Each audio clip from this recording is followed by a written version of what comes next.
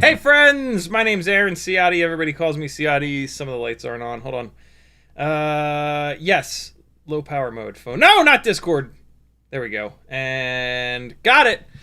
What's up, friends? Welcome to Whoop Wednesday Castle Crash Prep Edition. Look at this. Look at this utter nonsense over here. I'm bringing mad whoops to Castle Crash just for funsies. And so why not take this opportunity to go through the majority of the fleet and check them out? I guess I should bring a tiny lifter, huh? The tiny lifters are cool. Yeah, we'll bring a tiny lifter too. And yeah, so that's pretty much the plan for tonight, is to work our way through the Whoop fleet. There's a couple rigs that I'm going to be switching over. I think I'm done with the VCI 0703 23500s. I think I'm going to move over to, I think I'm going to move that AIO and canopy over to the frame with the 802 iGao 1.5 millimeter motor shaft. These are my custom 30,000s, aren't they? Yeah, these are my custom like 30,000 jib jabs. Absolutely nothing wrong with the VCI 703 23,500s. They're actually really good. They're really light. The response time is great. The KV is just not quite high enough for my insane wants. And so, yeah, we will swap it off of here. Oh, I'm going to swap this camera and I'm not going to swap it onto this. I'm going to swap it onto the frame with the 0702 2.8 27,000s. That's what I'm going to do. And then eventually I'm going to move it over to this frame, but not yet. Not yet. This frame can hang out unless what I could do is move one of the... Hey, so the what you were watching there in the intro was the Meteor 75 Pro regular slash... it's the same camera canopy AIO as Betaflight puts in the Meteor 75 Pro, regular Meteor 75, Meteor 65 Pro, probably the Meteor 65 as well, just with a motor swap. So it's a Meteor 75 with a motor swap. It's on the Flywoo 1002 23500s. And after Castle Crash, it might be for sale. I don't know if I'm going to keep it. One of them's going to be for sale. What you'll see here, what you can see here, is 3 of the damn things. 1, 2, 3. And I believe 2 of these are going to be up for sale. And I just kind of have to figure out which one. This is going to be kind of cool. I'm going to compare the Meteor 75 Pro, pretty much stock with just a propeller swap. These are the 45 millimeter HQ ultralight biblades. This is the one I was just talking about, regular 75 with the Flywoo 1002 23500s. This one is a combination of these two. It's the same frame and propellers as this guy over here, but it's the motors from here. So it's the 1102 Betaflight 22,000 kV motors, which is the same for these two. But then it's the propellers that are on this guy on the end, the Gemfan 1610s. So yeah, this will be pretty cool. I'm looking forward to flying all 3 of these. Lightweight, middleweight, heavyweight. 3 grams heavier because of the frame, like a half a gram heavier because of the motors versus 1102 versus 1002. So yeah, that'll be kind of fun. This also has the TrueRC Singularity Ultra Short, but I think that this Ultra Short is pretty much the same weight as these whip antennas. It might be like 0.1 or 0.2 of a gram heavier. But these propellers are really lightweight, so the weight that it gains from this, it probably makes up from these guys. So yeah, that'll be super fun. I'm actually really looking forward to comparing all 3 of those. We can maybe do that for like a minute tonight, but the majority of that I'm going to do sort of like on my time. It's really hard to compare stuff during the live stream. Like it's really hard to focus enough on what I'm doing to kind of like catch the subtleties, because sometimes it is really subtle. Sometimes the difference between these things is super subtle. I also need to fly a few batteries on each to get to get like an average of the runtime. And so yeah, I don't like on the stream, I don't want to fly like 3-4 batteries on each one of those. We'll be flying all damn night. And so, yeah, I do want to try to put a whole bunch of stuff up in the air tonight, but we'll see. We'll see if we have time to fly those 3 guys back to back and talk a little bit about them. Maybe I'll just do like a minute on each. You know what I mean? Maybe not run an entire battery. I emailed GetFPV about the HGLRC Spectre failing. And they said, hey, we watched the live stream, and yeah, you're right, it's bad, send it back to us, and we'll send it back to HGLRC, and we'll shoot you out a replacement. So I guess I'm gonna give HGLRC another shot. Apologies for being quite so insane at the end of at the end of Monday night's live stream. It's just I don't have a lot of time to waste, and like HGLRC keeps wasting my fucking time. And so yeah, I don't know. I had like so much stuff to get done, just to try to get ready for Castle Crash, and like this AIO just shitting its pants right out of the box was through a monkey wrench into the works, as old people say. So yeah, there's that. What's up, chat? Curtis Hayes was first, CMYK was next, Troy Prelog, Andrew Taylor, Freelo, Joe, Spaceman, Spiff, Striker, Northern Tier, Matthew Rose, Hockey Rounds, Frank Nicholas, Soap Legend, Walter Van Den, or Denzel the Terrible, Curtis Hayes, Anonymous Doubles, FPV, Douglas 6, Cactus, Scotty Scott, Skull 901, oops. I meant to grab the scroll bar. There we go. Sleepy CBR, Parkour Guy, Dave S, Bobby H, Brent Anderson, Jam 2.1, Mr. Blue Sky, Tiny Shark, Shelby Voles in the house. What's up, homie? He says, I just saw it. Oh, come on. Rav4 all packed, ready to head out in the Oh, you're going tomorrow? Shit. I'm not going till Friday. I only got the hotel room for Friday night, Saturday night, Sunday night. I will be there on Monday, though. So that'll be fun. Witch Cat, Dave S. I think I got everybody. Captain Calgary, I did not. Flying Carrot, Mo FPV, what's up, brother? Mo FPV says, "What is Castle Crash?" Google it. It's a FPV event that is this weekend in South Carolina, in middle of goddamn nowhere, South Carolina, as apparently like. Just like Rampage in the middle of goddamn nowhere, South Carolina. Ginger FPV RC says, "Hello, is the Wizard worth new motors?" Do they still sell the Wizard? Oh my god, really? I'm stunned. What? Oh my god.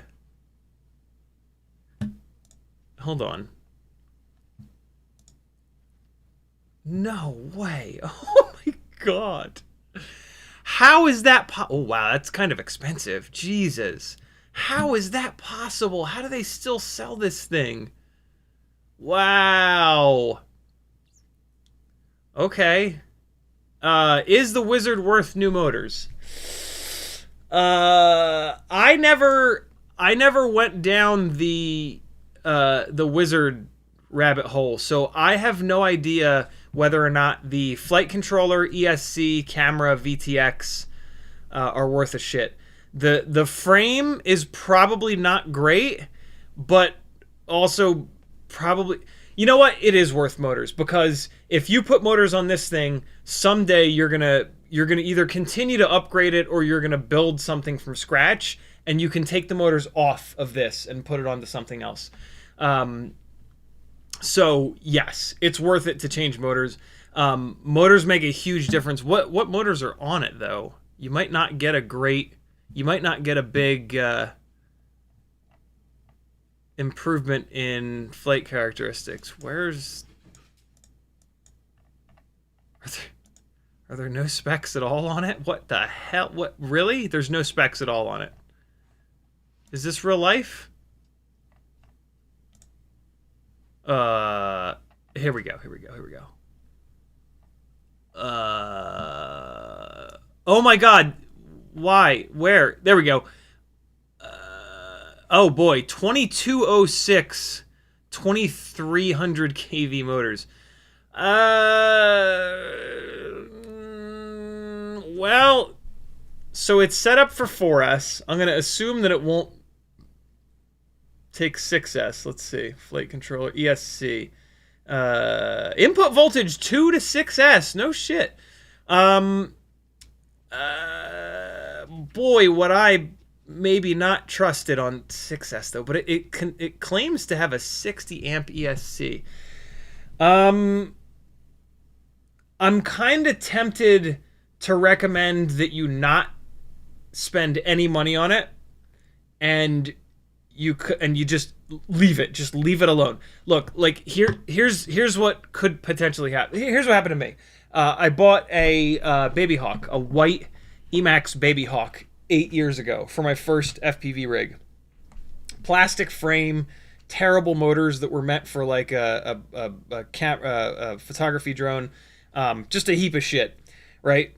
And then one piece by piece by piece by piece by piece, I upgraded it. I changed the frame, I changed the camera, I changed the propellers, I changed the motors, and then I had the entire original rig all torn apart in pieces. And like, now what? Now what do? You put that back together. So just leave this thing together and custom build a rig. Save your money, or buy motors. But like, if you buy motors, you can put the motors onto it and then you can take the motors off of it, but it's just kind of wasting time. Look, you're not going to keep this frame. You're probably not going to keep this. The Wizard is built to be absolutely as cheap as possible. Maybe the flight controller is okay.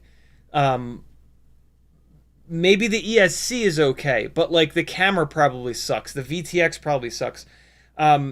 Right, the frame is nowhere near as good as any of the current frames. So, yeah, I would leave it alone. Play with propellers. Try different propellers. They make a big difference in flight characteristics, and just so focus on that. Focus on finding the perfect set of propellers for the Wizard, and while you're doing that, buy a set of motors, buy a flight controller, buy an ESC, buy a frame. Do it little by little if you have to, or save your money and do it all at once, and then build your first custom rig.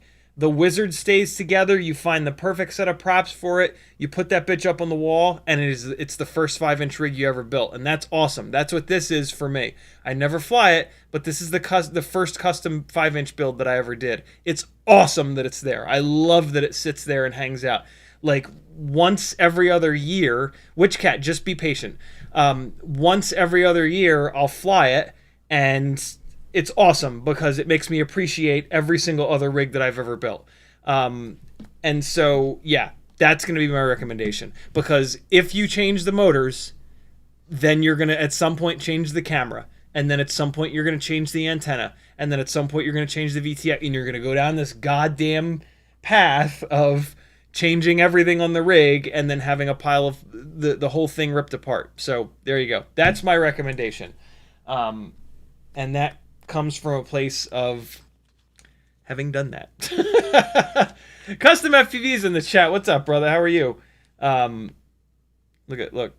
Wait, no, that's not the right one. Look at.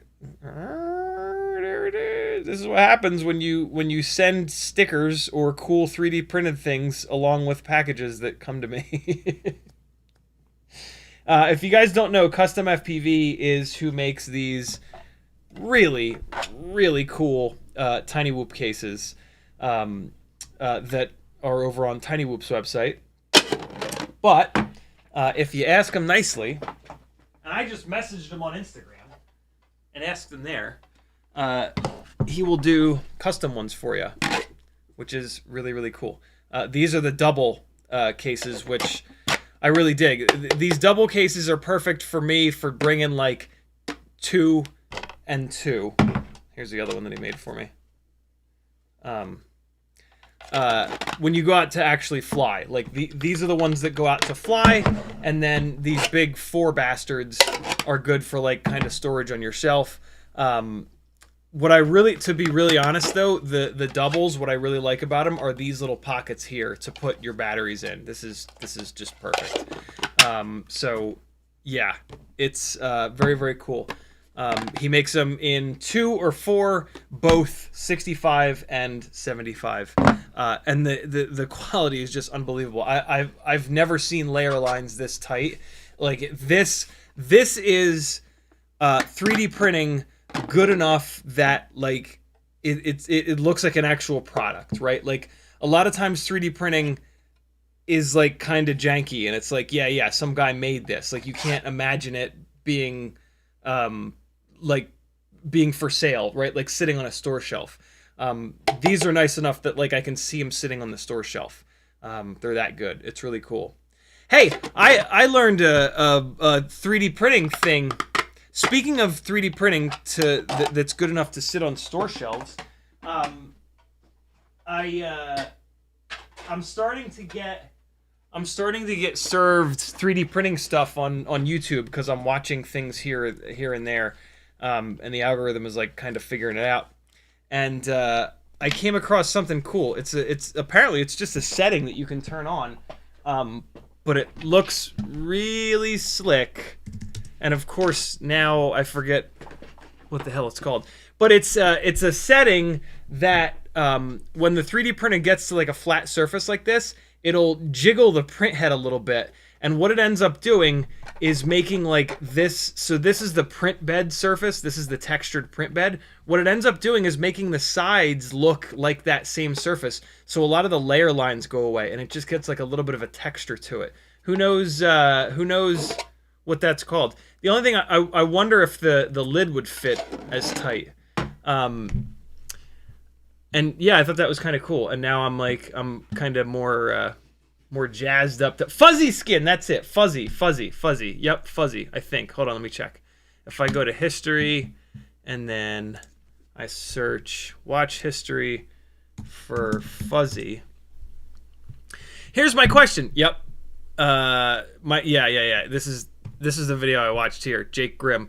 Here's my question. Why don't more people do the fuzzy thing? Witch Cat, you gotta be patient, brother. You gotta be patient. There's a lot of people in the chat. This is not just, if you want to do a one-on-one session with me, I do that over on CiottiFPV.com. Click the Fiverr button and you can schedule a one-on-one session with me. In the live stream, you're with a whole bunch of other people, you gotta chill. Cool? How come more people don't do the fuzzy thing? Is there like a downside to it? It looks really cool. Oh, look, stop. Oh, no. This is totally clickbait. This guy's talking about using like leather textures, like other weird textures. He's saying he said fuzzy skin is just too simple and you can do like all kinds of other crazy textures just as easily. But yeah, why don't more people use fuzzy? Is there like a downside to it? You guys are the 3D printing people, not me. Yeah, I thought it looked super cool. The guy was trying to make a product to sell, and he wasn't happy with the layer lines. And he did a bunch of research and found the fuzzy thing, and he started making his products with the fuzzy thing, and he was like, yeah, I thought it looked a lot cooler. So that's my question to you guys. In the chat, if you want to talk directly to me, all you got to do is type CiottiFPV into your message. You can put an @ in front of it, but you don't have to.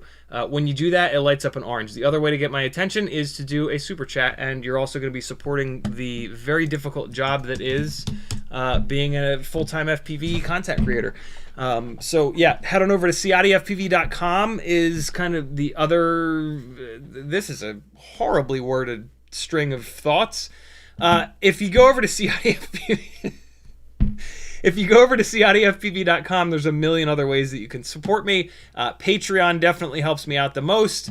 Etsy, you can... Hey, speaking of Etsy, I put a whole bunch of new stuff up on Etsy today, and there's lots more coming. I've got the coffee table all loaded up with stuff. All the new stickers, the Apple, OG Apple Rainbow Holographic CiottiFPV sticker, all these guys, these are all up here. This is a glow-in-the-dark CiottiFPV GoPro sticker, and then some super random stuff. Set of Betaflight 802 23,000s. I actually have a couple of sets of these VCI 0702 29,000s. These, you know what I've been noticing? A lot of the racers are running these motors, which I didn't think these were as efficient as HappyModel motors. But here's the thing: after I ran these, I realized that they're not actually 29,000 kV. They perform like 32,000 kV, 33,000 kV. So that might kind of explain why I was looking for efficiency on par with other 702 29,000s, right? And so these are a higher kV than they actually say on the box. But yeah, I've actually got 3 sets of these. Some Tango 2 springs, all kinds of weird stuff. I have no idea what this weirdo thing is, but I think these are servo plugs, right? Those black plugs, those are servo plugs. Whatever. So yeah, keep your eye on the Etsy store. Lots of cool new stuff coming. Fiverr, like I said a minute ago, you can schedule a one-on-one session with me, half an hour or an hour. I can get you to fly better with the simulator. I spectate you, and I can see your stick overlay, and I can help you fly like me or whoever else you want to fly like. I can help you learn how to tune. I can help you plan a build out so that you don't buy an $80 ESC that blows up as soon as you put power to it. I've done that. I've wasted thousands of dollars figuring out what stuff sucks and what stuff is good. I would love to help you build the perfect rig for you. I ask you a ton of questions to really get dialed in, and then I suggest top to bottom the perfect frame for your needs, the perfect motors, the perfect props, bang, bang, bang, bang, bang, bang, bang. And then you actually custom build something that is dialed in, rather than you try a set of motors, you buy another set of motors, see if you like them, you buy another set of motors, see if you like them, and you just go, thousands and thousands of dollars in the hole trying to figure out what the perfect rig for yourself is. I've done a lot of that work. I understand this stuff top to bottom. I can help you get like 99% of the way there. Teespring's got some fun shirts and other random weird stuff, and then loads of affiliate links. These are free, my friends. Change your bookmarks to my or somebody's affiliate links. There's no reason to not use an affiliate link every time you do an order on the internet. Pretty much every website has an affiliate program, and you've got a content creator that you watch that you can give them some free money to support them, to let them keep doing what they're doing or do a better job with it by just replacing your bookmarks with their affiliate links. Or, like, I don't use bookmarks, right? When I want to go to Amazon, I just type AMA in here. If you do that, off on the right side of the suggestions, there's always like a little button, or maybe you can right click it, it depends on the browser, and you can remove the current suggestions when you type AMA for Amazon or RACE for Race Day Quads. And then all you got to do is come in here and just like hit these affiliate links a couple times, and then your browser will think that when you type in RACE, you want to go to my affiliate link. So yeah, a couple different ways for you to use affiliate links without having to remember, because it's impossible to remember because you're so excited to waste your money on FPV stuff. That's how you support me, friends. I really appreciate it. You guys do a great job with it. I'm finally breaking down and getting an office mat, because the carpet is starting to get fucked up over here. What I've noticed is these rollerblade wheels, when they turn on the carpet, they're ripping out little things of the carpet. So I think I made a bad decision switching the wheels on this desk chair, but that's okay. I'm trying to figure out. This is kind of cool, but it's also kind of, I don't know. It might be like a little bit childish. It's 47 round. Whereas this guy is 36 by 48. I think this is just going to like fit this spot a little bit better. And I don't know, I think it looks pretty cool, right? It's a little something going on rather than like just the boring plastic, sheet. So yeah, I don't know. I started looking. There's all kinds of weird shit on Amazon. So yeah, that's my life. What did you do today? All right, what's up, chat? Denzel the Terrible says, stream on me. Oh, God. Curtis Hayes says, how did you know I love the basement? I have 2 rooms in my basement just for me. Nice. I commented in chat, hello, basement dwellers, which is Jimmy Broadbent used to call his fans basement dwellers. And I'm just going to steal it. Brand Anderson says, howdy ho hey, yay, and yeah man, cheers. Parkour guy says, I only get my first 3 sets of beeps, and the flight controller doesn't show power, but on USB it powers and connects fine and powers up. Is the flight controller likely dead? Likely, yes. So get your multimeter out and check the leads coming out of the ESC that go into the flight controller. Make sure that there's voltage there. There probably will be. That's gonna tell you if it's your flight controller or if it's your ESC. If there is power getting up to the flight controller, then the ESC is fine. It's still outputting Vbat or however the hell you have it hooked up. And in that case, this is probably what's going on. In that case, the 5 volt and or the 3.3 volt BEC on the flight controller have died.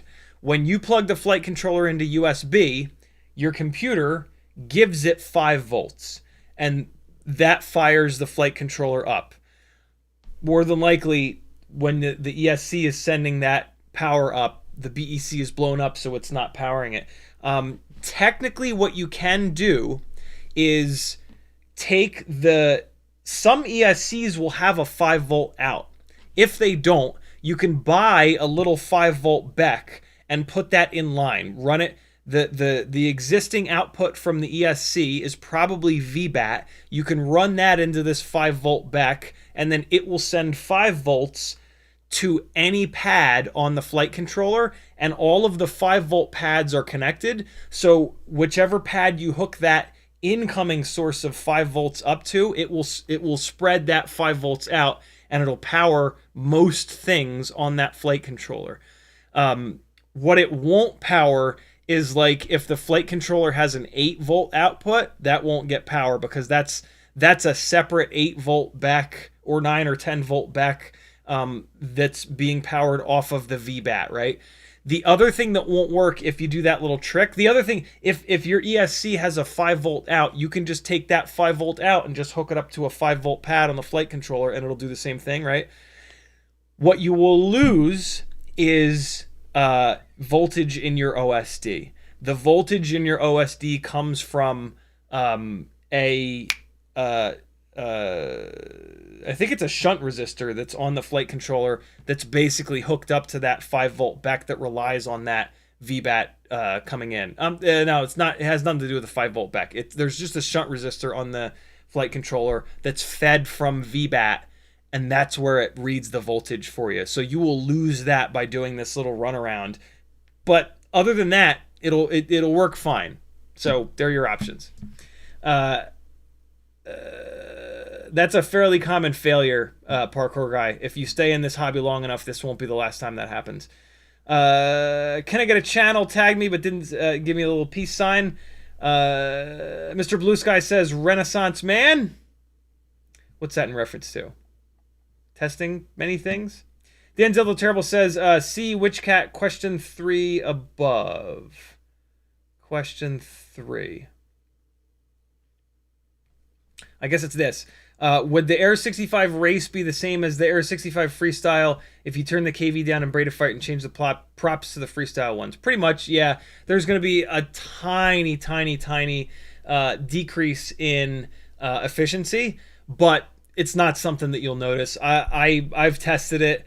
It doesn't show up in actual run times, so yeah, you're better off getting the higher KV version. And to be honest, you won't motor limit it down. You'll leave it at the full power because it flies great at the full power. But if that is too much, yes, you can then motor limit it down. But the lower KV one is too low of a KV. You don't want to get that one. You want to get the higher KV one. Morton Upshot says fuzzy skin. Yep, that's it. Did anybody say? There we go. Ginger FPV says fuzzy messes the fit up sometimes in slicing time. Oh yeah, the time. He did say that. He did say that the print time's like damn near double when you use fuzzy skin. I'm gonna try it. I'm kind of excited to try it out. AZ Lone Wolf 81 says Speedy Bee F405 mini stack 35 amp ESC is that high enough to run 6S for a Quadmilla F3. That is actually enough to run a full-blown 5S rig. Well, hold on. Yeah, absolutely. Lots of people run that Speedy Bee stack on 5-inch rigs. Ryan Harrell, who created Mini Quad Test Bench and has done more ESC and motor testing than anyone else in FPV. Ryan Harrell still runs 25 amp ESCs on his 5-inch rigs, Jesus, which are on 6S, making big ass power on like high KV 2207s, and it's completely fine. The fact that there are all these ESCs targeted to 5-inch quads that are like 55 amps, 65 amps is just crackhead shit. Like, those are ESCs that should be targeted for like lifters, you know, like there is no 5-inch powertrain, battery or motors that is going to pull 200 plus amps, which is what a 50 amp ESC gives you, right? So now you blow that up to 55 amp ESCs, 65 amp ESCs. It's just insane. I think the majority of the reason why they're doing it is because bigger numbers sell better, and it's probably hardly any extra money for them to buy the 55 amp FETs versus a 45 amp FET versus a 35 amp FET, yada yada yada. And so yeah, it has completely shifted everybody's understanding of how many amps an actual 5-inch rig really pulls. Putting that stack onto a 3-inch rig, it's going to last forever in terms of the FETs. The only thing that'll kill that rig is like shock damage. And shock damage is what kills most of our electronic components. So what's super interesting is, like, you know, they come out with these 65 amp ESCs and they die in the same amount of time as a 25 amp ESC, because the majority of them are dying from being battered into metal poles at 80 miles an hour, right? So yeah, if you're like trying to decide between two ESCs for your 5-inch rig, and one of them is 55 amps and the other one is 65 amps, and the 65 amp is 1 penny more, don't spend that extra penny. It's not going to help you at all. Unless, I guess, someday maybe you switch that ESC to a lifter, but you're not going to do that. Are you really going to fly a $3,000 camera just for funsies? Don't do that. That's silly. So yeah, there you go. MoFPV says something, but YouTube did the thing. John Coyle with a $10 super chat. Thank you so much, brother. He says, asked you about the 33,000 kV 0802s on Module 6 HD0 Eco the other day. You said too much motor for 65 millimeter, and sure enough, wipes 300 mAh in 1 minute and 45 seconds. Yikes. Way better on 75 millimeter with a 450 or 550 mAh. Thanks. You're certainly welcome, dude. Yeah, the 33,000 kV 802s are a super interesting motor, and I love that they exist. But and they fly better than they should on a 65 millimeter rig, but man, they be eating some batteries, and they make the rig heavy, and so it like really crashes hard. The long and short of it is, for anybody that didn't watch that live stream, is that on a 65 millimeter rig, 702 motors are the sweet spot. They're the exact right amount of power, weight, response time, everything. And so going up to an 802, you're just carrying around extra weight. A 702 motor is available in all the way up to 40,000 kV, 32,000, 32,500, 36,000, 40,000 kV. A 40,000 kV 0702 will make plenty of power. It'll make more power than you need, and it'll give you better runtime and better durability than the 802 33,000s. So on a 65 millimeter rig, that motor it's just not the right one. On a 75 millimeter rig, that's a hell of a motor. Unfortunately, it's only a 1 millimeter motor shaft, so you might run into durability problems with it. But like if you don't crash into concrete, you'll probably get away with it. Like if you crash it into grass, it'll be totally fine, and it'll just rail. Like it's actually probably a little too high of a kV for a 75 mil rig, but you can just motor limit it down to like 90%, 85%, and you'll be good to go. So yeah, really, really cool motor, but overkill for a 65 in my experience. What did MoFPV says, how many whoops are you gonna break at the castle? I don't think there's much hard stuff to run into there. I think it's gonna be like dirt and grass, and crashing into leaves, so maybe none. I didn't no, I only broke 2 at Rampage this year, and that flight line might as well be a literal blender that you just throw your shit into and then hit pulse a bunch of times. Like, it's horrifying. It's just metal everywhere, and like the ground is like the like metal grate, which are like sharp, thin pieces. It's awful. These tiny whoops, man, are just unbelievably durable at this point. So like, yeah, it's crazy. I bet you I don't break any. I bet you don't break any. But it depends. It depends where what there is. I haven't been to Castle Crash before, so I'm going in kind of blind. So yeah, it depends. If there's hard things to crash into, I'll at least break one. I typically don't stop back-to-backing batteries until something's broken. Although the other thing that kind of confuses me about Castle Crash is that it seems like it's kind of flat. So I don't know how many people are going to be able to be up in the air at once. Like, I don't think it's going to be a situation like Rampage where Micro Mayhem is inside of a room that is literally encased in 1 foot thick concrete. And so I get the feeling that it's going to be like 2 to 4 pilots up in the air at a time on like the whole site. But there's also a lot less people that go to Castle Crash than Rampage, right? Rampage has hundreds of people. So yeah, I don't know. I don't know how much actual flight time I'll get. At Rampage, in Micro Mayhem, I will back-to-back batteries for like an hour. And I'll fly like 40, 30 batteries, maybe 50 batteries there. I have a funny feeling that I won't fly nearly that much at Castle Crash, but I could be totally wrong. I'm not like asking questions. I'm just going to go and see how it is. Because yeah, that's the magic of a new thing. So yeah, maybe none, maybe 1 or 2. Parkour Guy says, I'm new to using a multimeter. What do I actually touch to check voltage coming to the flight controller? It depends on the flight controller. If the flight controller has a set of pads on it that say Vbat, you can just check it there. You can also...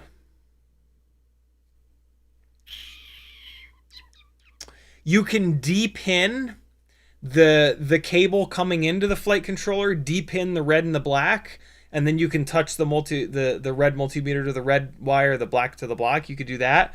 On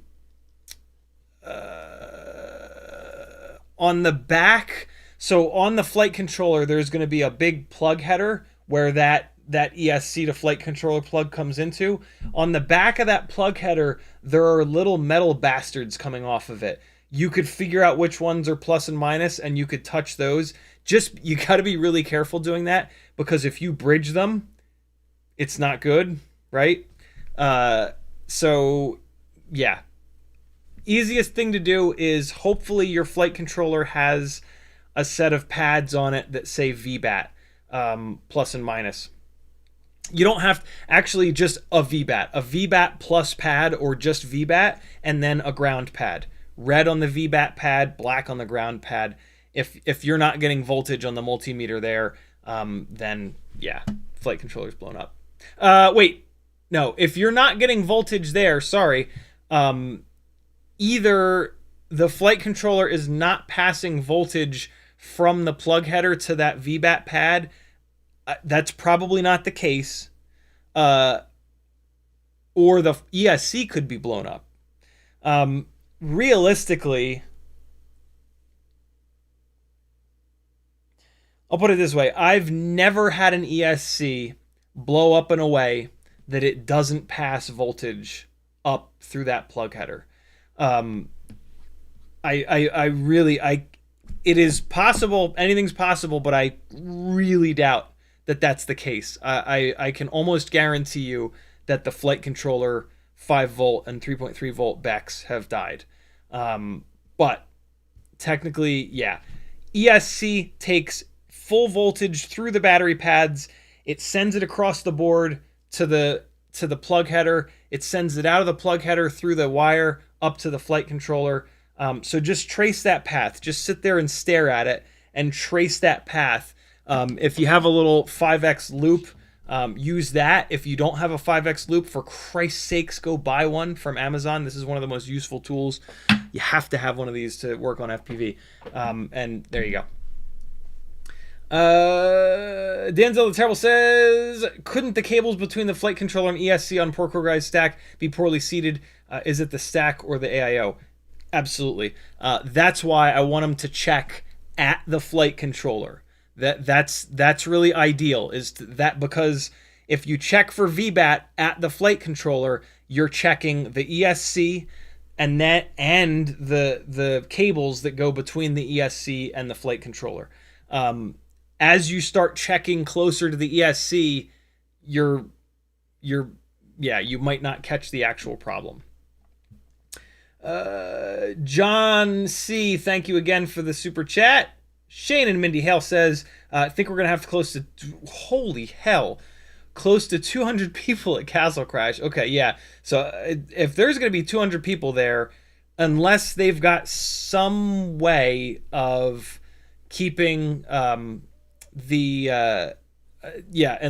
there's some way of having flight lines in different locations with like earth in between them to block the RF, I doubt that I'll get that many batteries, but whatever, it's fine. I'm going to hang out and meet people and talk to people. I'm not going there to fly. I have done plenty of flying in the last 8 years. Events for me are hangouts and just talking shit to like-minded lunatics. Jonathan Allen says VBAT isn't exactly the same as the input from the ESC. That's true, but it's the safest way to start testing this, because again, the little things coming off the back of the plug header are close enough together that you can very easily slip with the multimeter and bridge that positive and negative, and that could potentially blow the ESC up. So yeah, it's the safest way, and it's where I would start to do. Where I would start the troubleshoot. Walter says, Ciao Bello, I'm going to crash Bayer. I think that means Walter's going to sleep. Thanks for hanging, brother. Jonathan Allen also says, I blew out the Vbat circuit on a flight controller yesterday, and it was still receiving full voltage. There are usually filtering circuits, and those can blow. I blew out the Vbat circuit on a flight controller yesterday. It was still receiving full voltage. Sure, because you didn't blow the ESC up, right? And the ESC is still sending voltage up through the wires. Yep, that makes sense. All right, we're caught up. Cool. Let's start farting around with stuff. I don't really need to fly the tiny lifter. You guys have seen me fly it before. It doesn't really make sense. It is specifically a tool to carry an Insta360 Go to. Without there's just no reason to fly this around the house.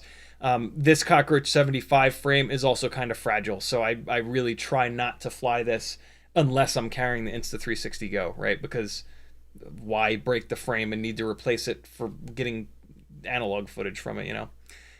So yeah, tiny lifter will just come for funsies. Maybe I'll put the, you know what? Yeah, I haven't put the Insta360 Go up in the air in a while. I will fly it on the tiny lifter.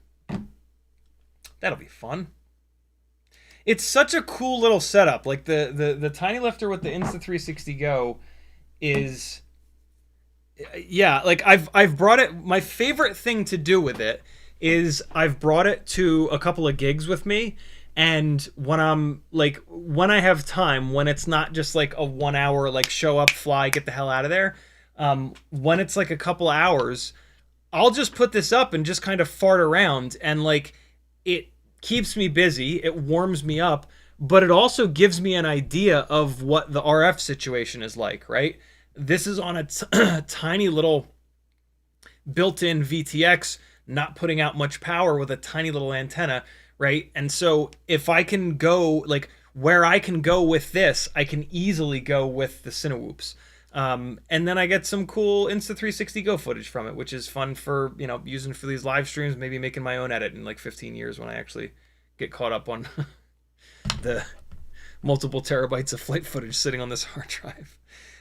So yeah, I need to fly this thing more. It's great. You know why I don't fly it a lot though, is because it's fragile, and because when I crash it hard, it breaks the frame, and when it breaks the frame, it's like an hour of work. Taking all the motors off, pulling everything out, swapping it over. So yeah, it doesn't get flown much because of that, but that's silly. I should fly it more. It's a very cool little rig, and I spent a lot of time trying different things to get this flying right. It's kind of insane that I don't fly it more. So yeah, it'll be coming with me. Let's Let me swap this over to the frame with the mega power 802.8s because yeah, it'll be nice to have like the most powerful analog 75mm build that you can really do on 1S, because this is like a big spot, right, with like lots of trees and shit. So this will be like the ideal analog. I mean, to be honest, with how durable these motors have been so far, I think that these VCI motors are the best motors for an analog 75mm rig, or 1S analog 75mm rig, or if you're desperate for a walk snail 1S build and you just want as much power as you can get, to hell with runtime. These are definitely the motors for that. These are basically the most powerful 1S 75mm rig motors. So yeah, if that's what you're looking for, regardless of the camera system, that's what these will do for you. Fair warning though, if you load them down with an extra 6 grams from a walk snail setup, you're not even going to get 2-minute runtimes. You're going to get like minute and 45, minute and 50-second runtimes. It's going to be an awesome minute and 45 seconds because it makes the most power out of any of these 1S motors. But still, yeah, it's believe it or not, they actually make more power than the 802 33,000s. Mainly because the 802 33,000s are asking too much RPM, and they don't have enough stator volume to back that up. These are 0802.8, and that 0.8 makes a huge difference. Think of it this way. That is like a 45-ish% increase in stator height. And the stator height is the main thing that does the work. So it's not 45% more power, but yeah, the stator height does the majority of the work, and it's 45%-ish more stator height. Well, actually, you know what? Here, I'll show you. I will show you that it makes more power, because this is the point. This is one of the ideas behind this testing that we did. So you've got 802 33,000s, and then you've got 802.8 27,000s.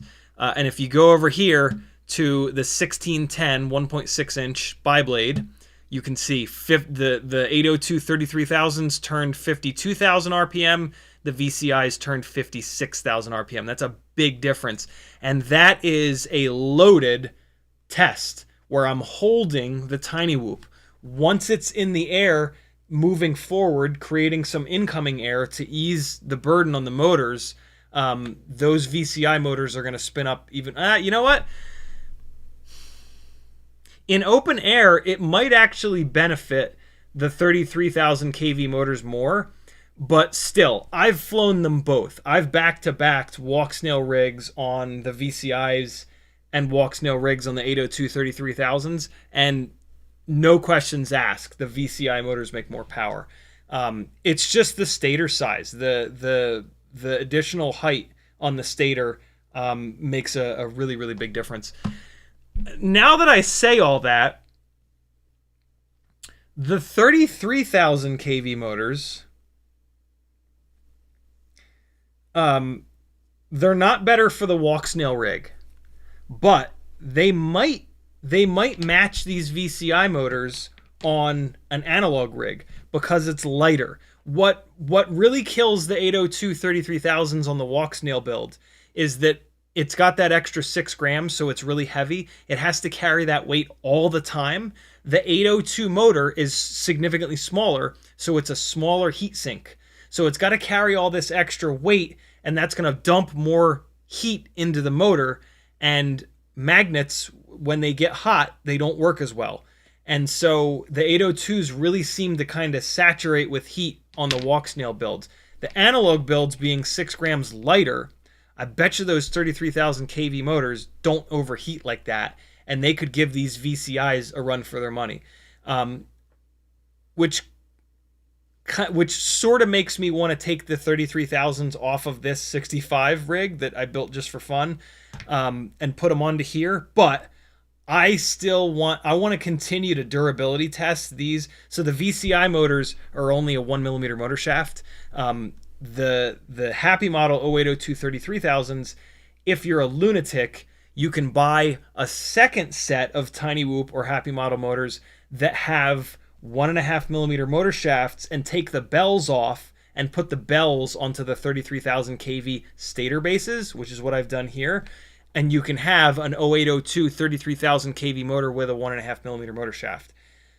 These motors should be more durable than these VCIs, but I've crashed these VCIs a bunch, and these 1mm motor shafts are not bending. So, and I've heard people say that the metal that HappyModel uses for their HappyModel motors with a 1mm motor shaft, I bend them. But people have said that the metal that HappyModel uses is not as strong as some of these other companies. Once you go to a 1.5mm motor shaft, it kind of doesn't matter how good or bad the metal is. The motor shaft is so thick that it's fine. And so, yeah, I'm going to put these on this rig because I want to keep beating these to death to see when they death. Know what I'm saying? So yeah, I think that these 0703 VCI 23,500 kV motors are now for sale. These are the motors that you want if you want a lightweight 75mm build with awesome response time. A taller, narrower motor has better response time because the magnets are pulled in. It's the 2207 versus 2306 situation. 2207 makes more power and has better response time because the magnets are in closer, so that it's like if you're spinning around in your chair with your arms out, you'll go slow, but then when you pull your arms in, you go faster, right? Centrifugal it's either centrifugal or centripetal. I forget which, but you guys know that effect.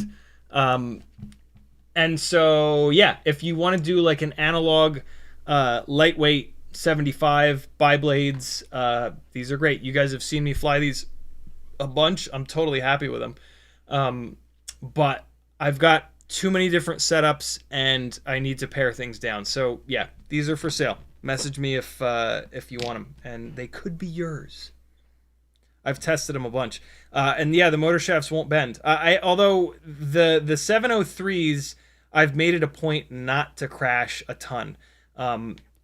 Because they didn't completely blow me away, and I was like, well, there are other motors that are that have 1.5mm motor shaft or are a higher kV that I know I'll have builds with, and so I was a little bit more gentle on them than the 802s. The 802s I know that I'm gonna keep, so I've been pounding the shit out of them, but I still I haven't flown them that much. I've probably only put maybe 50 batteries through these 0802 0.8s, which, I mean, that's a bunch, but it's not that many. And I've mainly been flying it in the front yard, so the only crashes that are really hard are when I bang it into the driveway or the street or the roof or the side of the house. And I've done that a bunch, but yeah, not taking it to rampage and bouncing it off of metal over and over and over again in Micro Mayhem. That's a whole different kind of test. And that's what I want these things to be able to do. I want to be able to just absolutely obliterate them and not think about it breaking. Why won't... It's because it's in a Meteor 75 frame. You bastard. I have to take these motors out of this frame. They won't fit in this frame. This AIO won't fit in this frame. God damn it. I'll put it into this frame over here. I'll take these 703s are absolutely for sale because I'm about to take them off of this frame. So yeah, let me know if you want them. I was really happy with these motors, and it was really cool to test such a different stator size at 23,500 kV. It really kind of to pull this sheet back up. It really kind of clued us into, where are they? Here they are. So here's the 703 23,500s, right? So check this out. If I compare these to the Flywoo 1002 23,500s, look at this. This is a 1002 down here, 49,000 RPM. This is the 0703, 49,500. The 0703 is significantly lighter than the 1002, and it's making more actual RPM. So that right there is like a really cool little piece of data comparing the width versus height sort of argument. And it's kind of showing us that the 1002s need a higher kV. They're wasted down at 23,500 kV because, like, if you look at the stator volumes of those two, I'm pretty sure the 1002 is going to be a much bigger stator volume. Oops. Yeah, look at the difference in stator volume. 1002 is 157 millimeters cubed. The 0703 is only 115 millimeters cubed. So the 1002 is a way bigger motor, but it's just not a high enough kV. The 0703 at 23,500 kV, that's like a really good kV for that smaller motor, and the motor is significantly lighter. So like these VCI 703 23,500s kick the shit out of these Flywoos in the air because they're lighter, the response time is better, and they make a little bit more power actually. Is there a oh, this is cool. Hold on, let's compare them to an 802. This will be neat. I don't think I have really looked at this. Oh my god, look at them. Holy shit. They really outperformed these Betaflight 802s. The 802 only turned 46,000 RPM. The 703s turned 49,500. That's a big difference. Yeah, so 0703 is a really good motor. It's just I want a little bit more power than what they sort of produce. But I'm a lunatic, and some of you guys aren't. So a bunch of people, I'm sure, would love them. All right, cool. Oh, I gotta watch this coilover video. Somebody put 8 different brands of eBay coilovers on a shock dyno, and I'm dying to see how bad some of them are.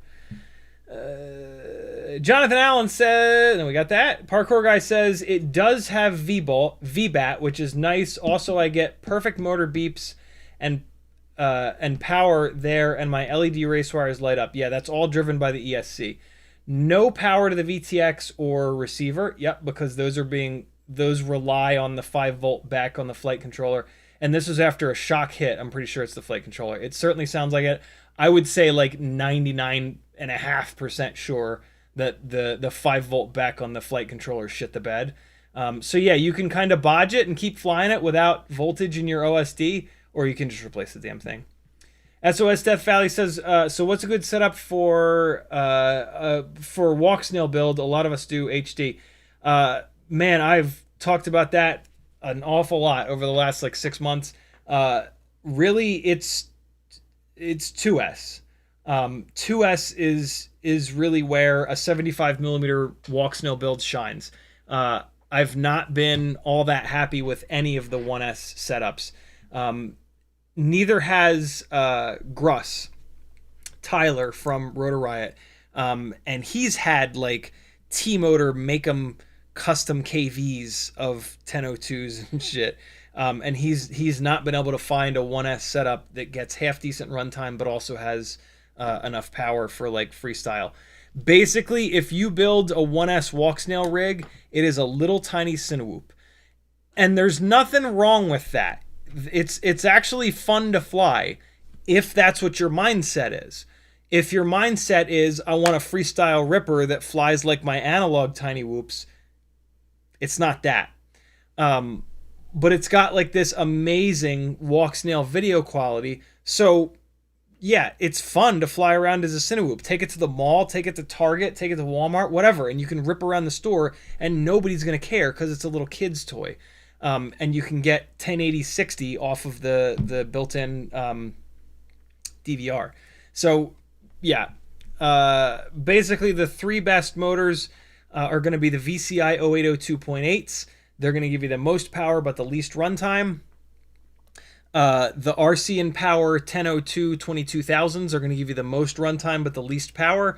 And then somewhere in between is the Betaflight 1102 22,000s. Those are the three best motors. The less power, the more runtime.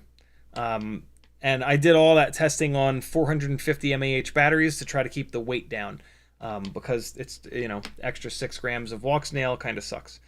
What am I doing? I need to be working on this while I talk. That was the whole point. Oh wait, no, I gotta get these props off. That's what I was screwing around with. So yeah, there you go.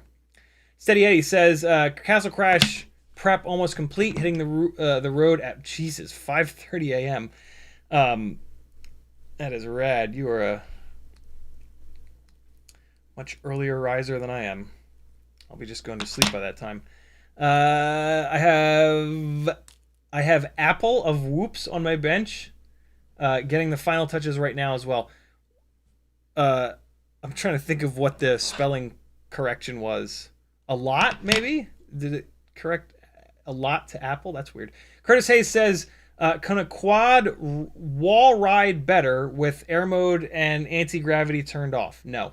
Wall rides are 0 throttle, so if you turn air mode off, it'll just move all over the damn place, and so the footage will look terrible, and it'll just, yeah, no, you can't do it. Anti-gravity is only going to do, no, you don't turn anti-gravity off. It has nothing to do with anything. Anti-gravity keeps it from bobbling when you chop off the throttle. So if you turn anti-gravity off, when you go to do the wall ride, it'll bobble, and so the footage will look stupid. And it just, yeah, it won't. Nothing good will come from that. If you're having problems wall riding, it's a piloting thing. It's hard to do. You have to give the quad enough momentum towards the wall that when you snap it on its side, the right side or the left side, depending on which direction you go, but the side that goes up is going to create a burst of thrust, and that's going to push it a little bit in that direction. Yes, the other side motors are going to break down, but they can't break as hard as the motors spin up. So when you snap it sideways, it's going to create a little bit of thrust. So you're going towards the wall. If you don't go towards the wall with enough momentum, if you're just barely going towards the wall, you're going to snap it up, and it's never going to get to the wall. You're never going to get to wall ride. You're going to wall a foot off of it. So you got to send it towards the wall, and then you're going to snap it like this. And you want it, once you snap it up like this, you want it to still be going towards the wall so that you can use the throttle to very gently keep it perfect. So you very gently ease into the throttle to get it nice and close to the wall, and then you leave it there, and then you chop the throttle and you leave it there, and it'll ride all the way down. Wall rides are like 99% pilot. They might be 100% pilot. I can't think of anything about a quad that would make it wall ride better than another. It's hard to do. But yeah, those are the keys to a good, solid wall ride. Tiny Shark FPV says, Flywoo 1002 with the Mobula 7 V3 frame on 2S walk snail. Even with the Betaflight spacers, the 1608 props still graze the frame. That sucks. Waiting for 1610 props to arrive. 1608? Oh, the tri-blades. Oh, interesting. I've never run mine with those tri-blades. I guess they sit even lower, maybe. Yeah, that I'm looking forward to. Shit, I'm not gonna have my 2S walk snail build done. Well, maybe I can get it back up in the air tomorrow. Where did that build go? Here it is. I forgot all about that build. Shit. Yeah, maybe. Oh, man, I have a lot of work to do. I gotta prioritize some stuff here to see what's what. I will probably not have that at Castle Crash because I only have one working 5-inch rig, and it's more of like a 5-inch kind of spot to fly. It doesn't strike me as like a big 2S walk snail rig spot to fly. Um, so yeah, I don't know if I'll be able to get everything done tomorrow. We'll see. Although I don't really have anything else to do tomorrow, so um, yeah, I don't know. Maybe I'll get it done. But yeah, I've never tried the. Oh, what I was about to say is I'm really excited to get the 2S walk snail build onto the modified Mobula 7 V3 frame. I'm sorry, V4 frame. Uh, I hope that it will be durable. I've not had the best luck with these Mobula 7 V4 frames. Like, they're okay, but like they're not overly durable. But here's the thing. The part of the frame that I break is the part of the frame that you remove to put the 2S battery in there. So it might actually be great. But I've heard of people breaking the actual guards on this frame. And so I assume with the little bit of extra 2S weight and the extreme amount of additional 2S power and speed that I'll start breaking these things out here. So we'll see. I have high hopes. Also, the Mobula 7 V4 frame is lighter than the V3 frame, so that'll be really cool. That'll make up for some of the extra weight that thing has picked up with the 2S setup. So yeah, I'm really excited for that. The Mobula 7 V3 frame, it was okay, but there's some things about it that really suck. Namely, yeah, the motor mount base is too deep, which is what Tiny Shark is talking about. Doubles FPV just put 802 27,000 kV RCinpower motors on a Mobula 7, and now the core temperature is running hotter indoors than I can generate airflow for. Default PIDs, is there something I should be looking at? Either your AIO is on its way out, or those motors are just asking for too much, basically. Like, with 1.6-inch props on those really high kV motors, yeah, it could just be asking for more than the FETs and the ESC can kind of handle. I'm gonna assume that you're on an AIO that only has 5 amp FETs, although you did say Mobula 7. So maybe you're on an X12. I need to know that. Tag me again and tell me, yo, what's up, Happy? How are you, dude? Yeah, tag me again and let me know what the AIO is. If you're on an X12, that's weird. But I've heard that those motors make a ton of power. And so, but see, an X12 has 12 amp FETs. They should be able to handle that. Try putting fresh props on it. Maybe when you were taking the props on or putting them off, you bent them up a little bit and you got some vibrations going on. Could be that. That's interesting. Parkour guy got his XNova motors in today and says, damn, they're beautiful looking. Haven't been able to test because that's the rig that has the broken flight controller. Oh, FPV. Why are you so evil to all of us? So much of the time. Hey, type Castle Crash into the chat if you're going. I don't think there's many of you guys going. I think it's just a couple people, right? All right. Let's get these 802.8s swapped over to this Mobula 7 V4 frame. Jesus, it's 11:20 already. My God. Maybe I should table this and start flying rigs. Actually, no, this won't take long. The hard part is done. It's not. Happy's going to be there. Steady Eddie's going to be there. CMYK. I know Kevin Sumner's going to, he better be there. He's one of the event organizers. Shane and Mindy Hale going to be there. A bunch of people are going to be there. Awesome. Make sure that, oh yeah, what am I saying? No, CMYK is not going to be there. He's on the other side of the country. Make sure you guys all come see me. I'm bringing stickers and stuff. And yeah, you're welcome to grab a couple. If you hang out in the chat here, you're deserving of some free shit. So come see me and mention it. Mention like, hey, you said on the live stream that that we get free swag, because otherwise I'll forget, because I'll just be like excitedly talking to you about what crack cocaine FPV is and like what you're building and what you're flying and shit like that, because that's what I do at these events. I just ask people what they're building and what they're working on, and I subtly try to steal information from them about other things that break and don't break. And plus, I mean, it's just awesome to hear what people are building and get feedback from them. And you know, like, it opens the door to like conversations where like, oh, I had a similar setup and it did this really well. Like, I switched it over to something or other, and it made the runtime better. You know, shit like that.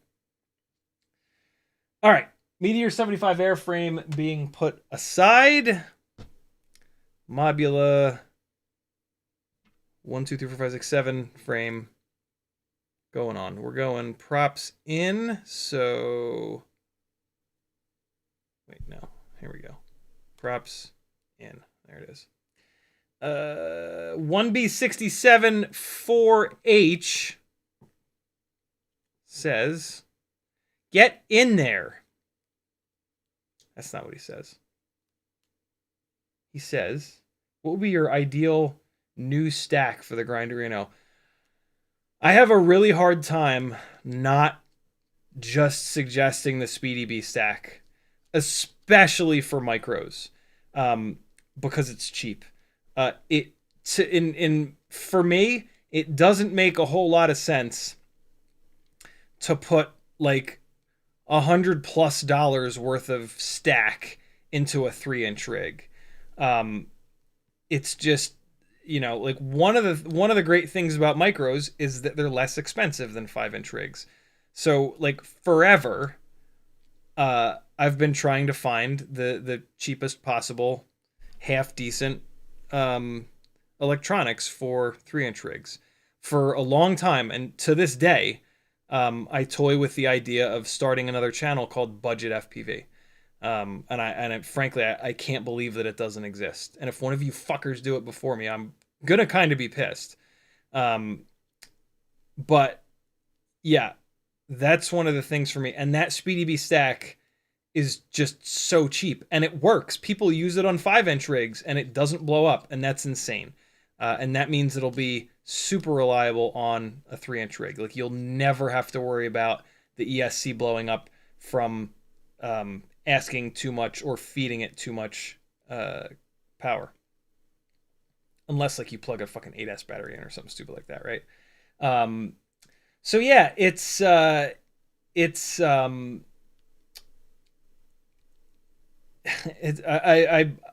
not to mention that, like, I don't really know any of the other electronics because these companies keep discontinuing them after a couple of months, and that's not enough time for me to like buy one and run a bunch of batteries through it. So I've kind of given up on doing that. I don't like run out and buy I also kind of can't afford it, but yeah, I don't like run out and buy the newest stack every single time they come out. And like quick put them in a rig and start battering the shit out of it. It's just not financially, it just doesn't kind of work. But yeah, man, that Speedy Bee stack is impressive, and it's got Bluetooth built in, and you can like use Speedy Bee for free on your phone with it. Like, that's insane. That is really, really cool. Like that will come in handy for sure at some point. And like that saving you one time, like that's awesome.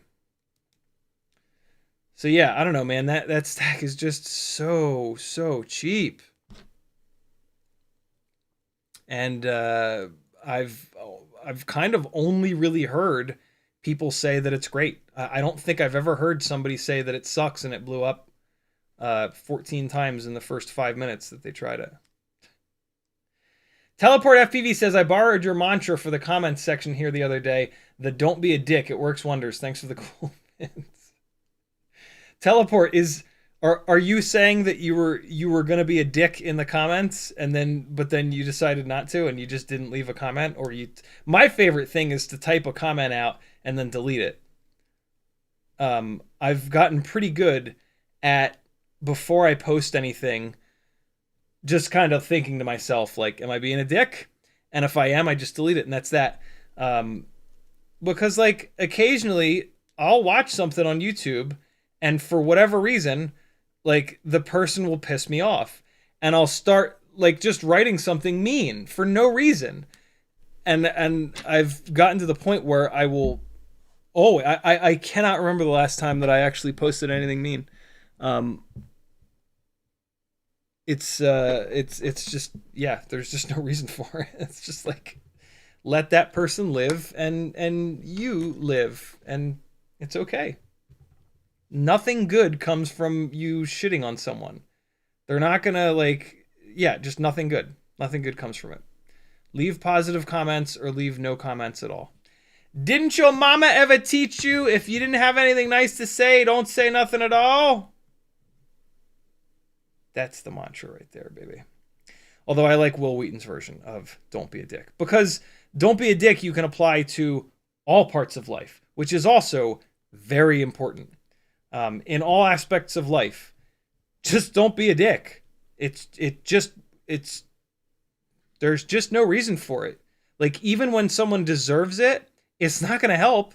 You're not going to be a dick to the person that deserves it, and they're going to be like, you know what, you're right. I'm going to change myself and whatever and be better.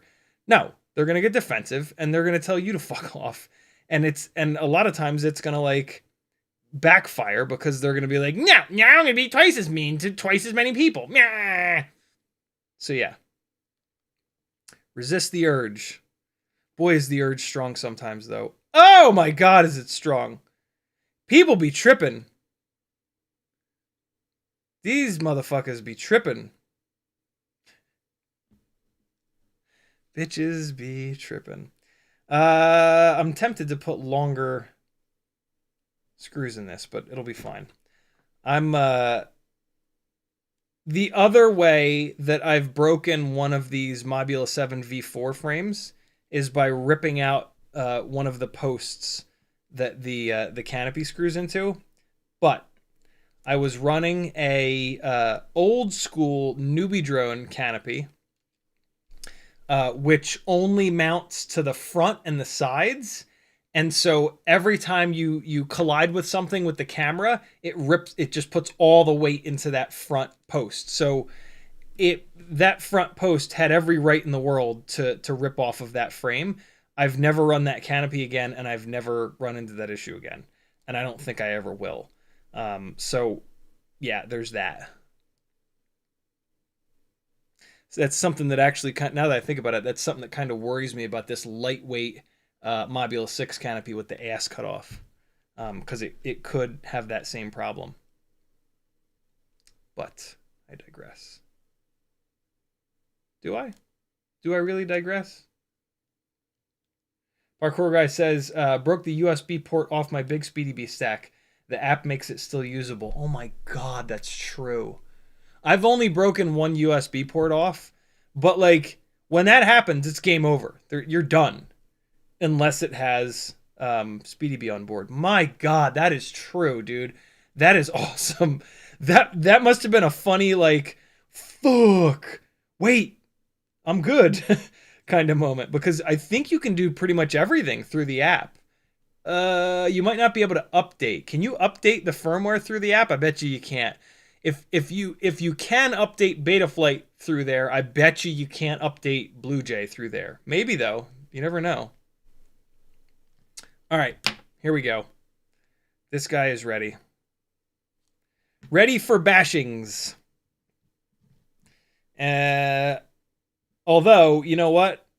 I now have these motors on 5 amp FETs.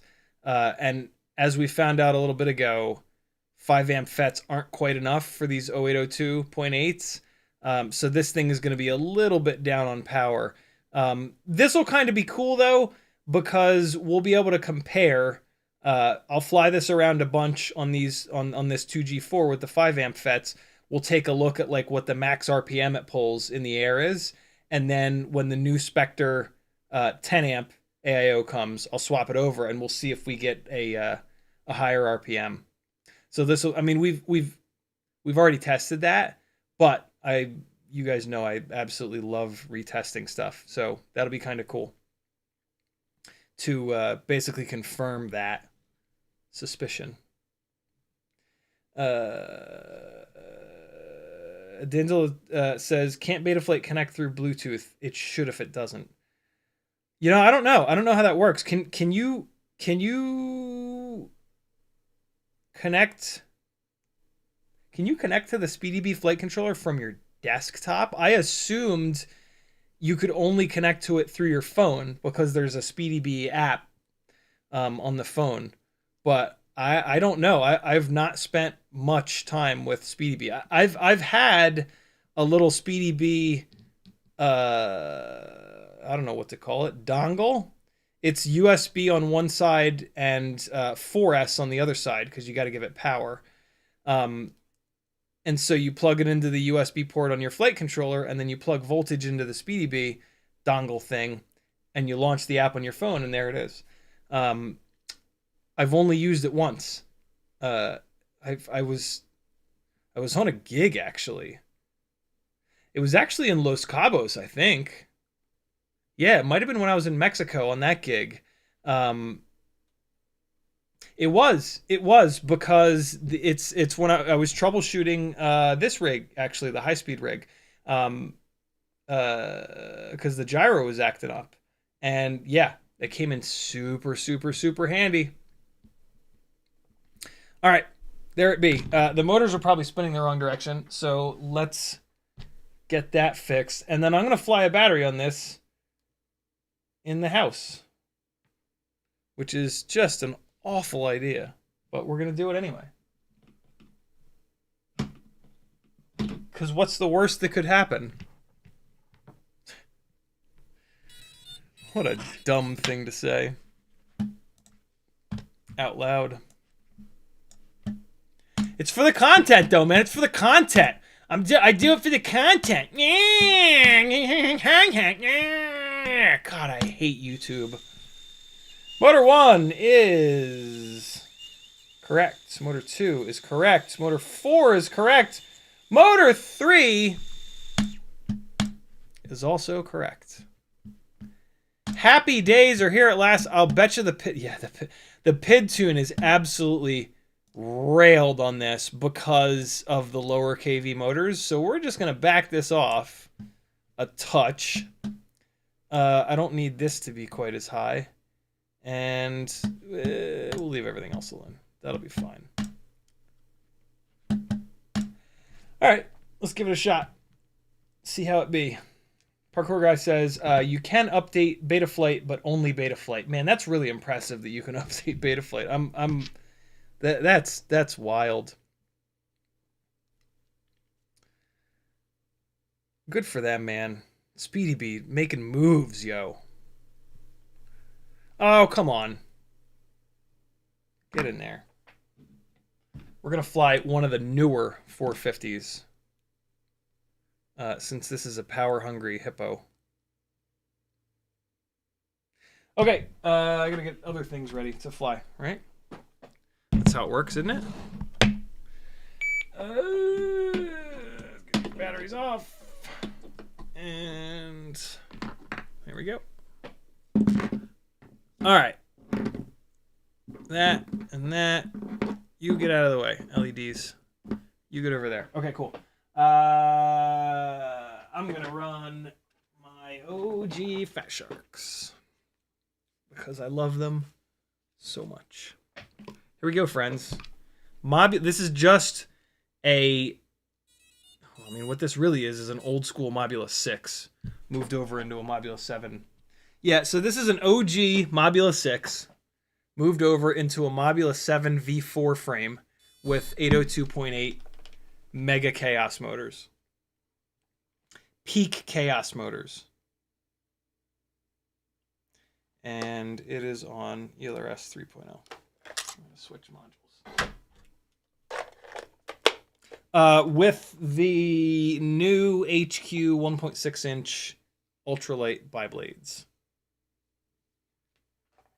Which these motors don't really need. I should maybe move this over to GemFan 1610s.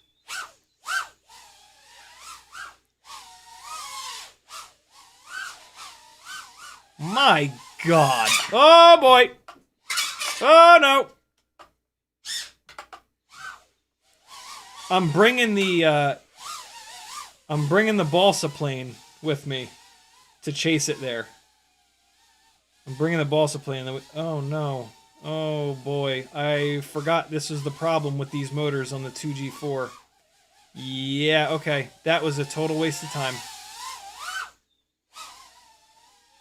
Yeah, so this is what happens with 5 amp FETs when you put motors that ask for tons of power.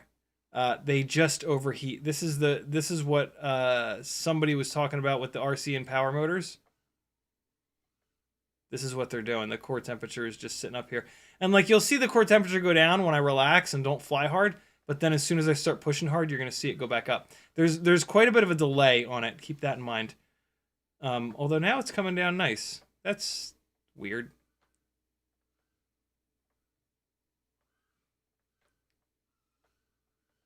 Oh my God, this thing. Yeah, so now it's going back up now that I was actually flying hard.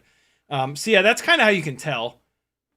Like if you start flying hard and the temperature goes up and then you're using a bunch of full throttle, and then you stop using full throttle a lot and it comes back down, it's like, well, yeah, you're when you use full throttle, you're asking for too much. So this is kind of a sketchy setup right now because this is stressing this 2G4 to its absolute limits and a little bit beyond. And so, damn it, I forgot about this. I really don't want to blow up a 2G4. I mean, they are they're not totally unavailable, but they're not like super available, if that makes any sense. So I'm going to leave it there.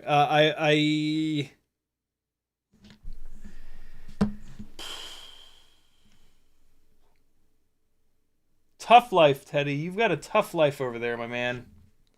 You got to like lay there and like lay there and lay there some more. And you got to like have your favorite toy there just sitting while you lay. Hey. Look at this dog. Look at this fuzzy bastard. Teleport says that Whoop is a power monster. You have no idea, dude. It's ridiculous. CMYK says, I'll say that Speedy Bee has fantastic documentation too. Do they really? That's awesome. That's such like a little bonus. It's so rare.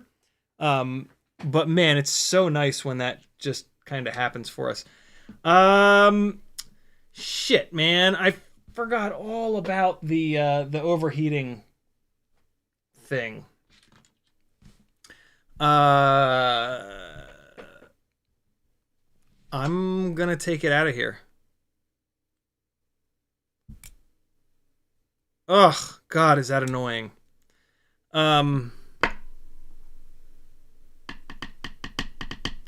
What happened to my X12? Why did the X12 have to die? God damn it.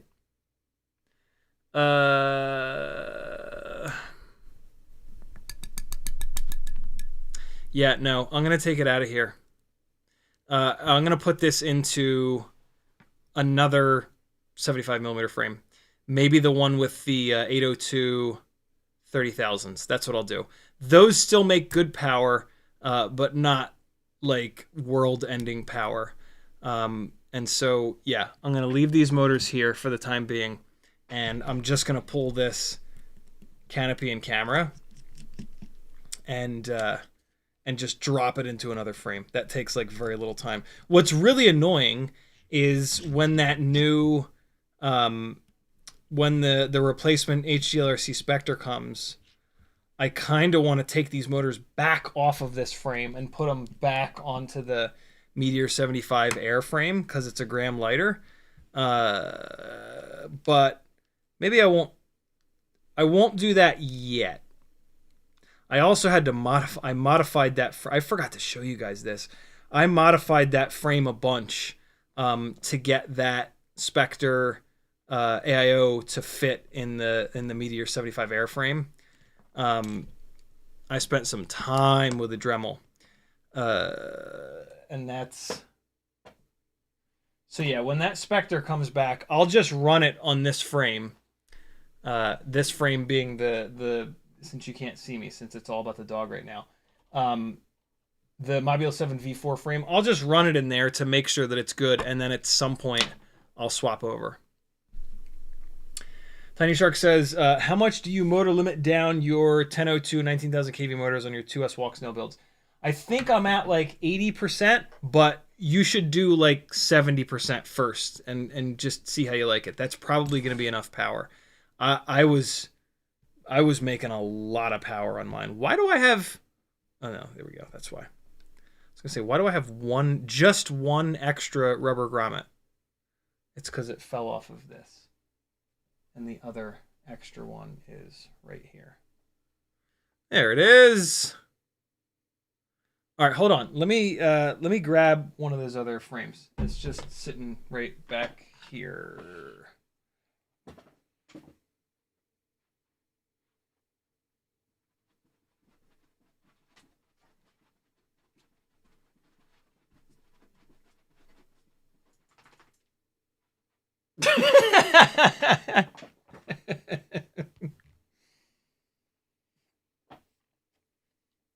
That was for you guys.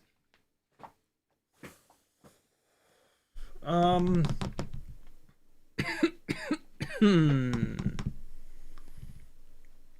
on. I've got a couple of frames stacked up here with... what are you doing, doggy? What are you doing? Let me see if there's a more interesting frame that I can put that in. This has 603 30,000s, which are actually very interesting motors. This has 802 25s. Ooh! 603 30,000s. These motors are super cool, but the problem is they're prototype motors. And so, like, you know, you guys can't get them. I'm going to put it on the 802 30,000s. That's the deal. That's the deal. Yeah. And that's this frame here. Sorry to take some time away from Teddy, but there you go. It's this frame right here. These are the... Look at this fucking dog, man. Have you ever seen a better looking dog than this? If you say yes to that, you're a monster. And you're lying. And you're lying. You're a lying monster. Shit. You're not a lying monster. I mean, maybe you are. I don't know. It's up to you to decide. Come on, get in there. There we go. All right, cool. So yeah, this will be great. These are 802 30,000s. It's an old... These stators are old, dude. I think these stators are like 2 years old. A long time ago, Tiny Whoop did a 30,000 kV 802 in red, in their like onesie design. And they were really good, but they were a little heavy. They made great power, but they were a little heavy, and I stopped using them for a long time. But then recently I took a set, and they only had 1mm motor shafts, so for a 75mm build, they would bend.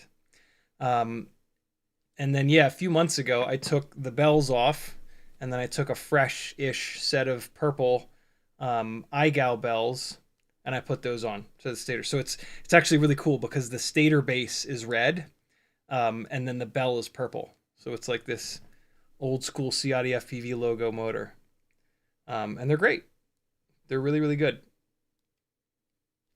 I was really hoping that they would be better on the walk snail setups, but 802s are just too small of a motor, which makes a lot of sense. Like we've really done a good job optimizing motor sizes on Tiny Whoops, and like what it's kind of boiling down to is that 65mm rigs are the lightest, and they pair perfectly with 702s. 1.6 inch 75mm motor to motor analog rigs are like middleweight, and they pair really well with 802s.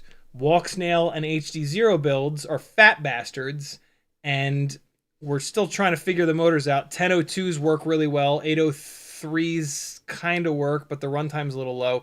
It's a little bit more of a struggle for the digital rigs, but we're getting it dialed in little by little. So yeah, it really makes sense which motors pair best with these rigs, like from like a testing standpoint, but also from like a logical standpoint of like the size of the motor, right? The hiccup for the longest time has, and it still is, KV. Like we still don't have a 1002 that's a high enough KV. I kind of think that maybe a 27,000 kV 1002 could make the 1S walk snail formula sort of work. I don't know, maybe not. Tyler Gruss from Rotor Riot has tested that, and he wasn't happy with it. But that's one motor manufacturer. Maybe if HappyModel were to do it, the motors would be more efficient, and we could get the runtime back. So I don't know. It's interesting. Here's the nail in the coffin, though, of 1S 75mm motor-to-motor walk snail rigs, is that the 2S setup, which is going to demolish in terms of efficiency because you're doubling the voltage, is only like 3 grams heavier. And that's what makes the 550 mAh 1S batteries make no sense, because they're actually heavier. You end up with a 1S setup that's heavier than the 2S setup. And so, yeah, 2S is really the way to go for a 1.6 inch propped digital build, in my experience.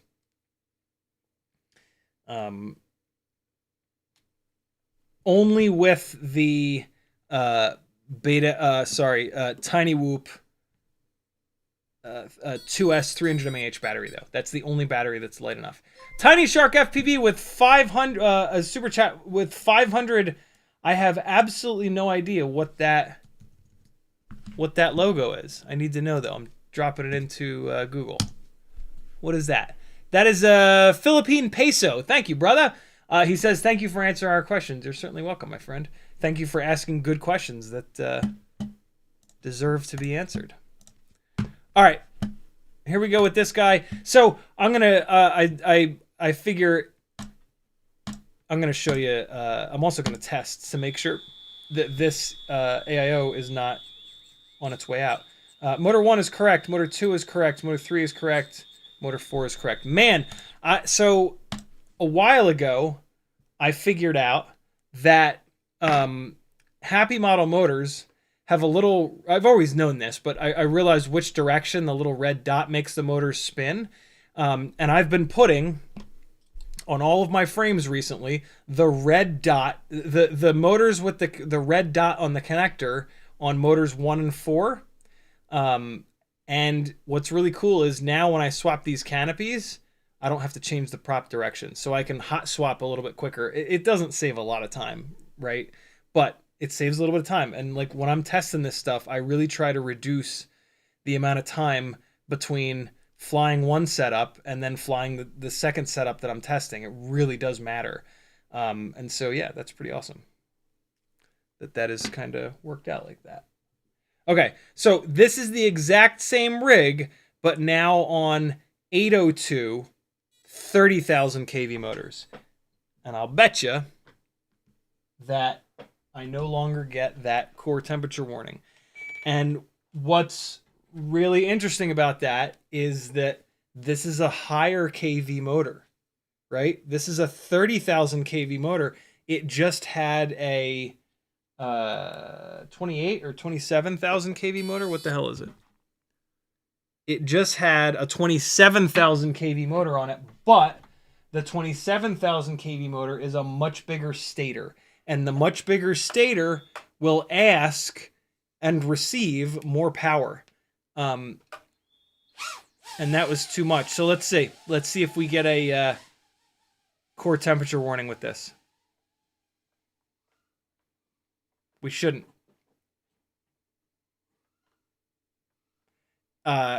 Significantly less power. Even though these are 30,000 kV, significantly less power here.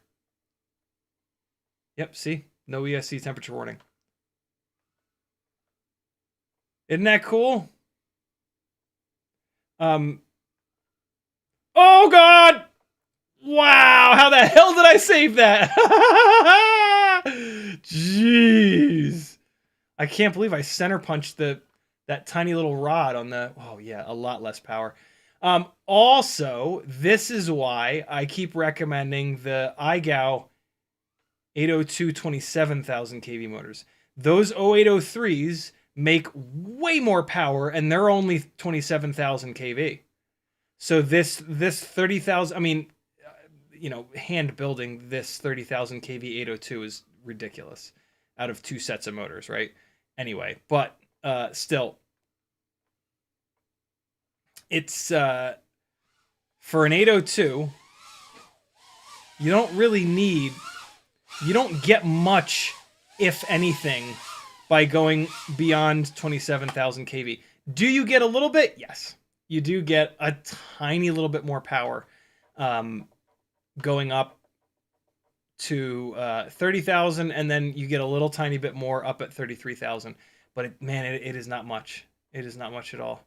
So now these smaller motors need more PID gain to eat all the prop wash, because it's a smaller motor. It's a motor that has less torque and less power, so it can't. Oh boy. So it can't change the speed of the propeller as quickly. It can't spin the propeller up and break the propeller down as quickly. Hello, little dog. What would you like to tell me? You look like you have something to say. Oh, no! Go away, core temperature warning. Why are you there? It stayed away the entire battery. It's gone again. There we go. So, yeah, it's still... we're still pushing the limits of a 5 amp FET, but we're not pushing it. You know what?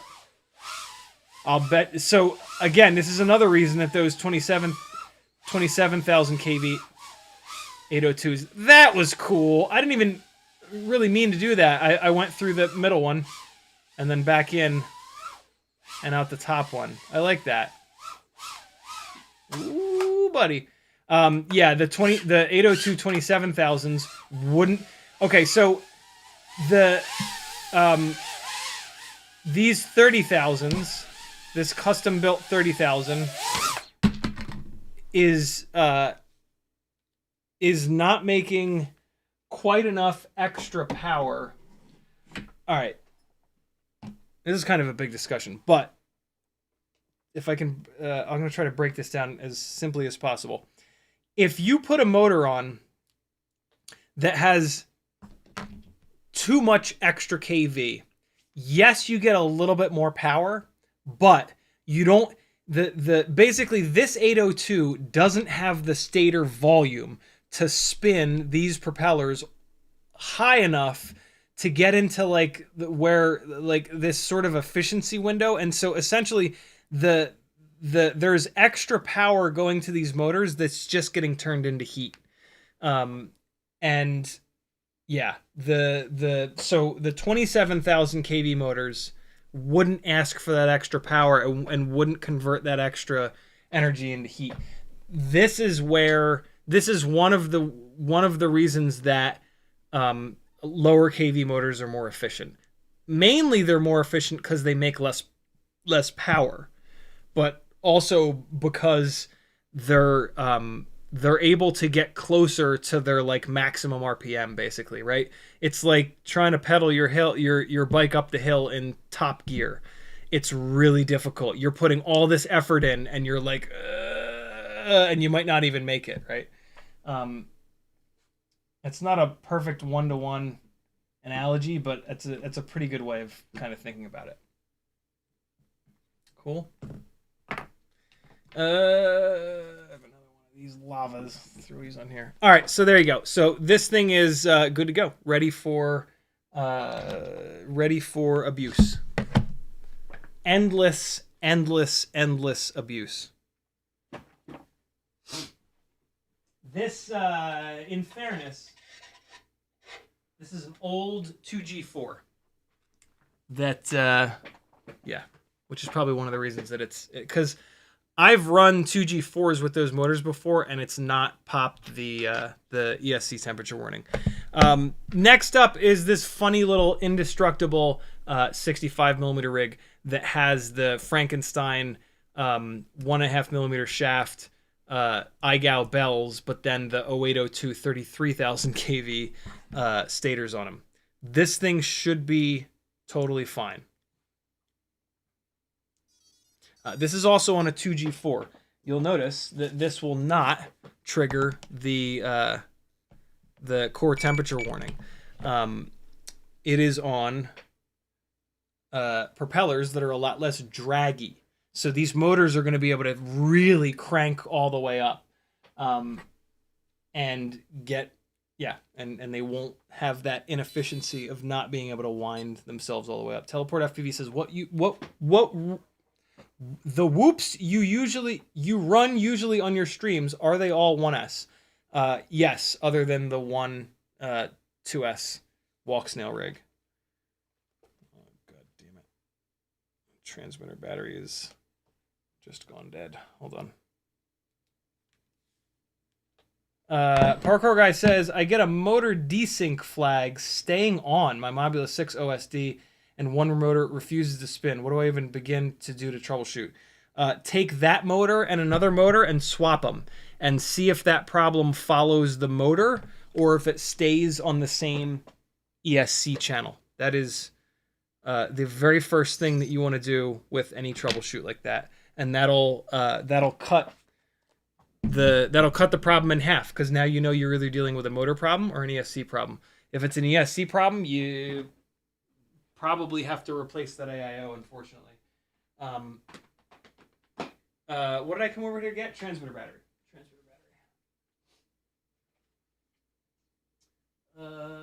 Yeah, let's throw this one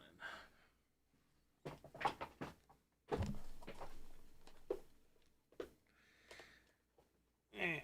That's awesome, Tiny Shark. Whoop is the way, yo. Whoop is the way. So I got my favorite battery for this transmitter is like a little bit too big for the battery bay, and it is a motherfucker to get the bay door off when this battery is in here. There we go.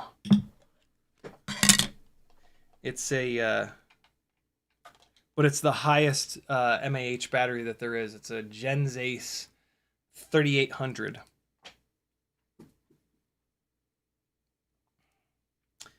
All right. Putting in a 3500 GNB high volt. There we go. These are all QX7 specific batteries, so it doesn't really matter to probably anyone. Is anybody still using a QX7, or is it just me? Am I the only one in all of chat I know Tommy still runs one. That's all that matters. Okay, 8.6 volts. That's much better. Here we go. Ah, that's not the right thing. Look at that dog. Look at him. Would you just look at him? Here we go. 802 33,000 on GemFan 1208 tri-blades. There he is.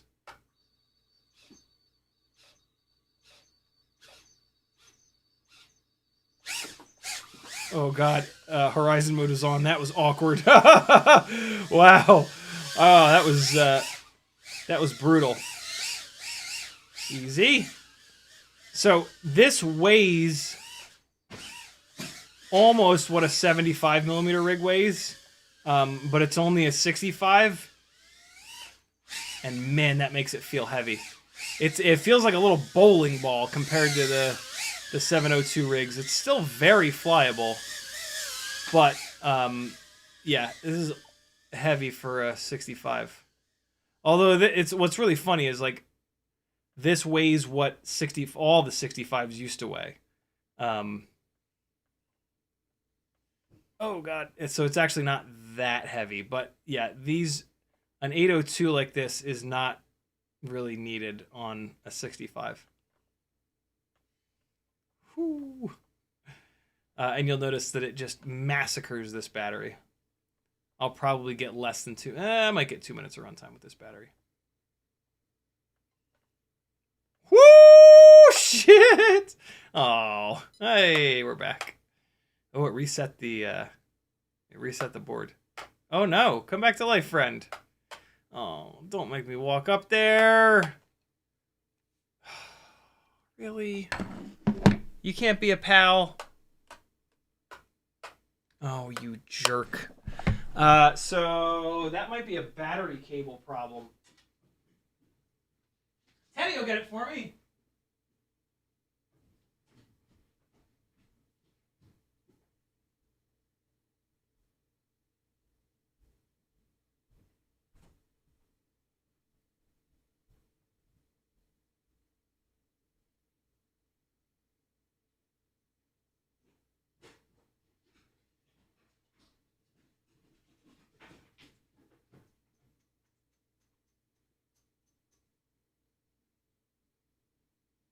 I mean, in fairness, it did slap down pretty hard. But still, I mean, if it's not a battery plug problem, then the AIO is on its way out.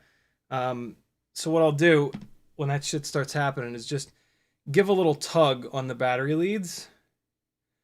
And also kind of take a look at them. You could be in a situation where like the battery leads just have one single strand of wire still connected. It's kind of hard to see, but sometimes you'll be able to see it. I can't tell. But when I pull on the battery leads, they look fine.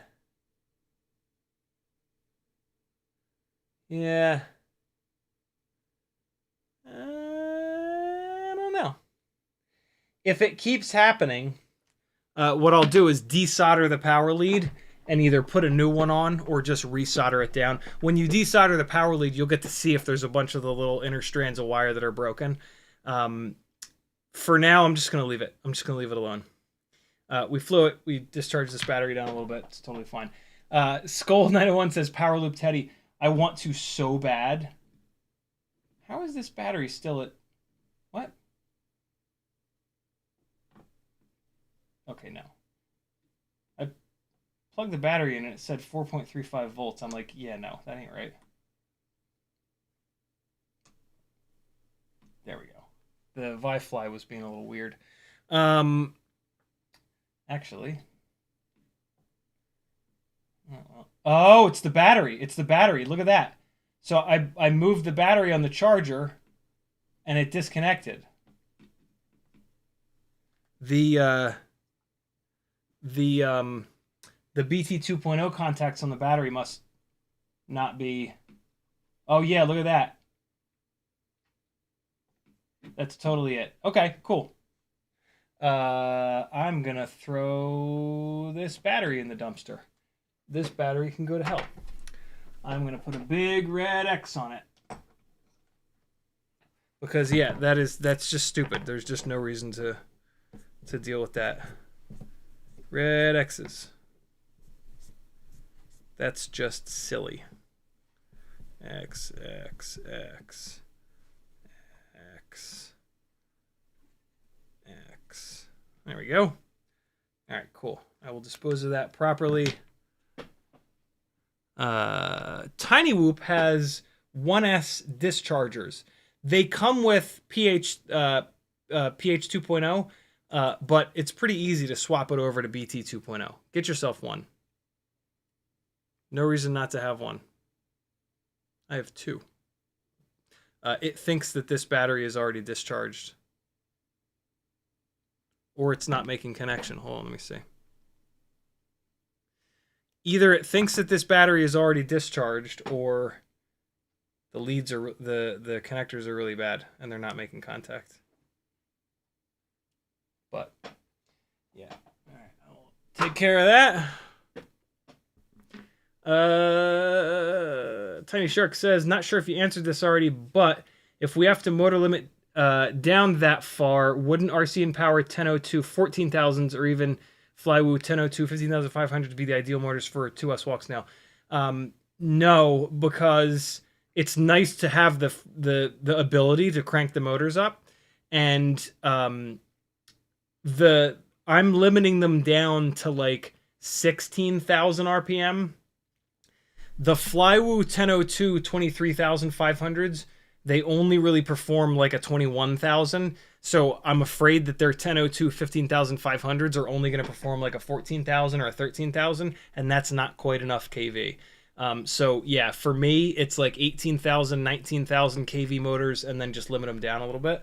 And then if you need a little bit more power, you can crank them up, right? Whereas with a 14,000 or a 15,500, you're going to be at 100%, and that's it. It's going to be pretty good. But yeah, for me, I would rather have the 18 or the 19s and have that adjustability. Brand Anderson says, super cool observation. Common problem with rigs during crashes. I never thought it could be the battery. Yeah, I don't know if I've seen that either. And what's funny is I almost said it out loud. I almost said, or it could be the battery, but then I was like, no, it's not going to be the battery. But then when I put it on the charger and I saw it drop like that, I was like, wait, what? It's when I like it was plugged into the charger and I grabbed the base of the battery and just kind of did that, and it just disconnected. I'm like, whoa, hold on. It was plugged all the way in. So this little fella is going in the case. Just as like this is more like a meme rig, right? At some point I'll pull those motors off of there, and or maybe not. I don't know. That thing is super interesting. It's a super interesting build where it's like a heavyweight 65, and so it's good for like, it's good to like reset your expectations for the weight to like size or whatever ratio. I don't know. It's fun to fly. I'll leave it at that. 702 36,000 kV Ultimate Freestyle Tiny Whoop.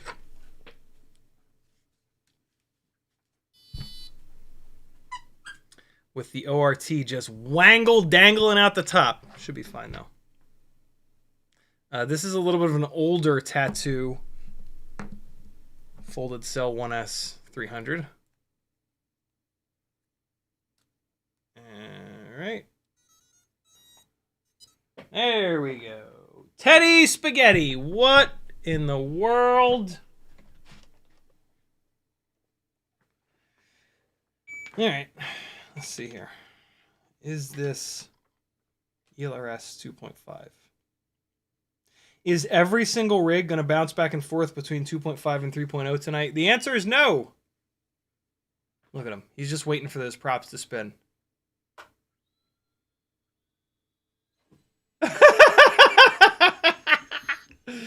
He didn't do that when the prop started spinning. I had to touch the roll a little bit. Whoa.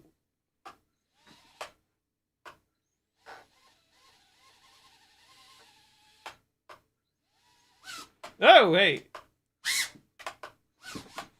Easy, buddy. All right, buddy. Let me take off. Back up.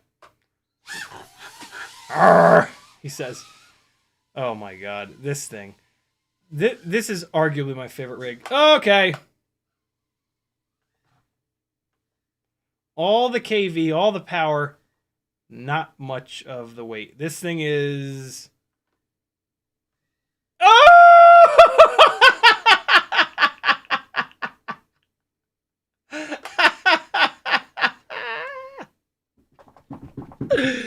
First fucking try. That is why this is my favorite rig, man. When I fly this thing and I try big dumb stuff, like a lot of times I'll just hit it. Oh, I almost did the that's like the hardest move in this whole house at this point.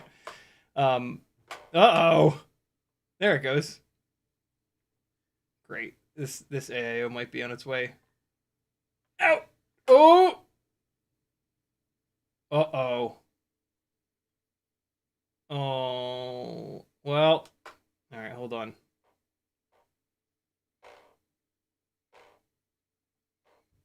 Yay!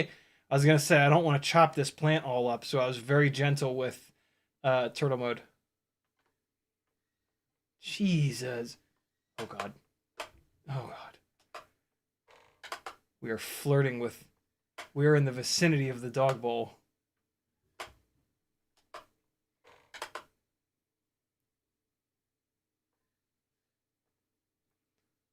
But we are... Oh, my God, look how close... It just has so much power. These 36,000 kV motors are my favorites in terms of like they're sane, but they're still kind of insane. Like the 40,000s are like certifiable. They're just nuts. You should have a set. They're hysterical, and you can just motor limit them down. But like these 36,000s, you can run them at 100%. And they're absolutely nutty. And yeah, it's like kind of just right. I'm gonna see if I can get a little bit more. There was a little hit of prop wash there. Let's see if we can push the tune a little bit farther.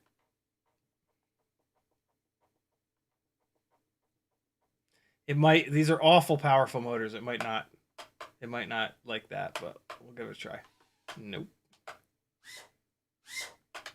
This AIO is a little upset. Oh, we're good.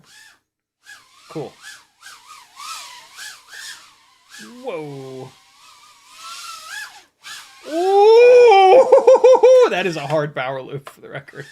That's a very tall power loop. Oh, come on now. I was there. Oh, God. I tried to, like, really cheat that. Uh-oh. Teddy! Oh. Teddy! He's over there snorting and snarling. Oh, God. Oh, I almost got it stuck in my fucking hair. Oh, man. I am not used to flying 65s. I have flown so much 75 lately. I've become, like, very... I'm doing like everything very early. Like I'm adapting to how much slower the response time is on the 75mm rigs. So I'm being like more aggressive and earlier on the sticks. And on the 65s, you just don't need to do that. You can do everything at like the last second. And since they don't weigh shit, they're super snappy and super reactive.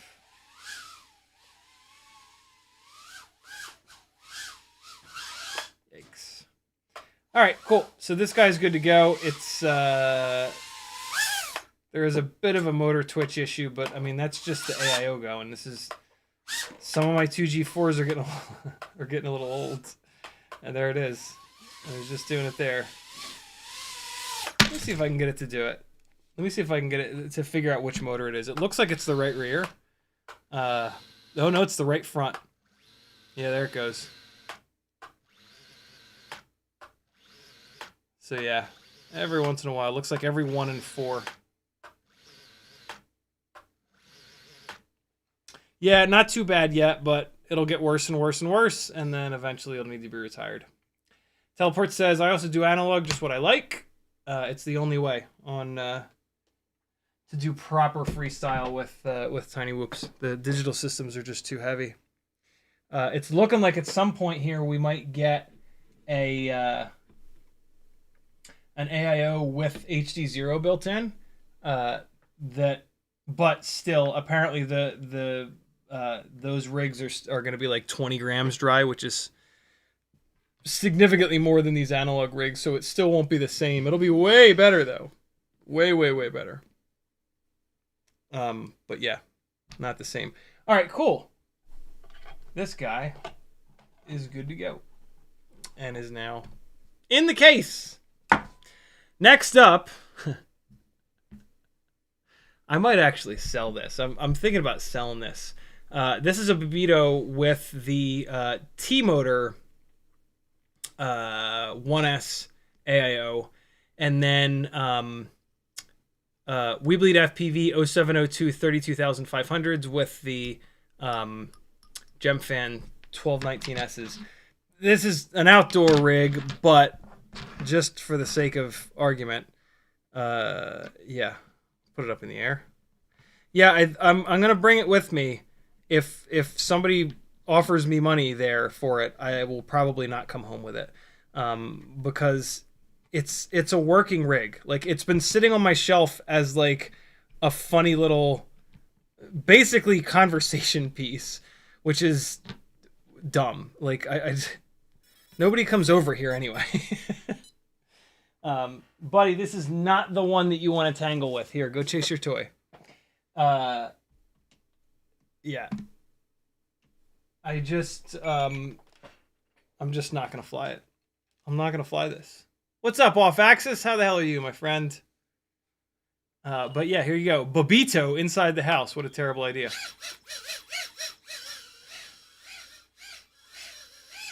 Oh god. So I'm like nervous to do anything with this. So, oh god. So, oh god. Oh, Teddy, back off. Teddy. Teddy Spaghetti, not the rig to tangle with, my friend. I love you. Oh god. Yeah, this is hard to fly inside the house. Good god. Great example of the impact that the oh, look at the battery. The battery shifted forward a little bit. The impact that the guards make in terms of slidiness, right? Like, the reason why... Do you notice how much more roll I have to put into this rig? See that? Look how much roll I have to put to get this thing stopped. It doesn't have that vertical surface of the ducts to slow it down, so it just slides all over the place.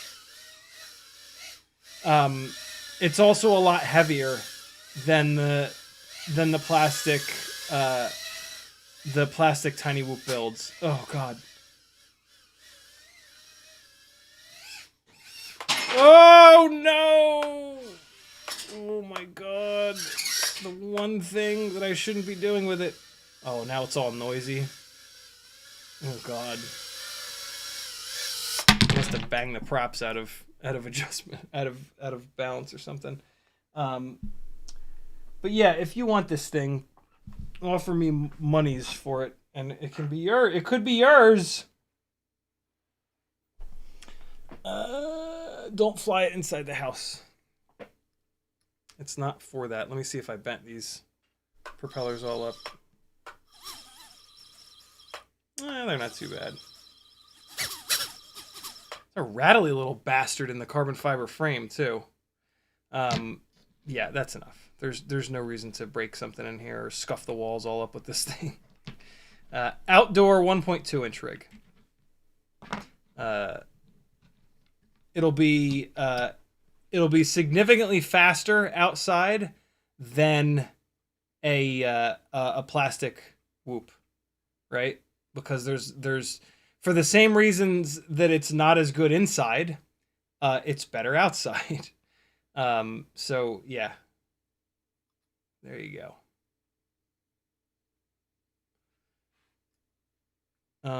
I mean, look at how adorable it is, though. Look at this thing. It's the cutest quad of all time. And it's red and blue and white. I don't know. I don't like it, but maybe you will. 0702 32,000 kV rig on the Gemfan, I'm sorry, the HQ YOLO props. The tri-blades, ultralight tri-blades. I'm going to run that same battery that we just had on that. We'll run this battery the rest of the way down. It's sitting at 4 volts. All right. Here we go. So this is taking a look at those tri-blades. Everything I've flown other than... When he sits down like that, I could fucking die. Oh, God. Yeah, this is now looking at a tiny whoop with tri-blades instead of bi-blades. All the other whoops I've flown were on bi-blades. And you might notice that the tri-blades are a little bit more grippy. They fly great. I'm like... These props, the Gemfan 1219S's and the Gemfan 1210 bi-blades, like... They're all so good, and they're all a little bit different. Hey, and it's like really cool. It's really, really cool to have 3 super super high performance propeller options. Oh, just knock shit everywhere. So there you go. This guy's good to go as well. Yeah, it's with the extra grip from these propellers, it's easier to hit gates, right? Like the Shane and Mindy Hale wants the Vbat. Done. Make me an offer at Castle Crash and it's all yours. I'll bring it. I was gonna bring it anyway, but yeah, make me an offer. It's yeah, whatever. It's T-Motor F411 AIO. We bleed 0702 32,500s, and then the Vbat frame, a super simple little whip antenna, and then a BT 2.0. Yeah, the all the racers run tri-blades for that reason. So like this is almost like a cheater rig. Like it makes me fly sort of better than I am around here. Which is really cool, but I still think I kind of like the bi-blades better because when you chop the throttle, the bi-blades just sail. When you jump off the throttle on this, you don't get as much throw. And so like the bi-blades more closely mimic like a 5-inch rig, right? Which is what I'm trying to do with these things is get them to fly as closely to a 5-inch as possible. And so like mainly for that reason, I still keep going back to the bi-blades. Like it's harder, but you know, when the rig is harder to fly, it makes you work harder as a pilot. And last but not least, this is the Mobula 6 2024 super duper ultralight. This is the version 1 with no motor plugs, and I've got it on the light AF frame. This thing is 16.6 grams. Just stupidly lightweight. And it's on, since it's on the lower KV motors, this is the lowest KV rig that I'm going to fly here. They're only 29,000 KV. I have it on the most powerful propellers, which are the Gemfan 1219S's. And so, make sure this guy's okay real quick. What's up, Apache Smoke? How are you, dude? And this has one of the Emax Nanohawk Runcam Nano 3 cameras, which is why it's so bright and so contrasty. There are like 4 different versions of the Runcam Nano 3. It's kind of annoying. But whatever. They're all discontinued now anyway, so. Back up, buddy boy. Come on, buddy, back up. Just a little bit. Just back up a little bit. Oh boy, he's close. Back up more. If you can see the fluff blowing in the wind, and he's close.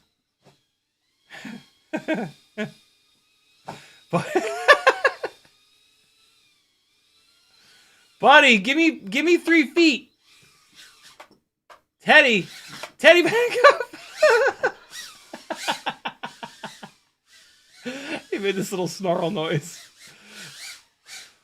With this rig, you can see this weird little bit of like jello that I don't understand. I don't. The Mobula. I've heard other people with Mobula 6 2024s talk about this little bit of jello.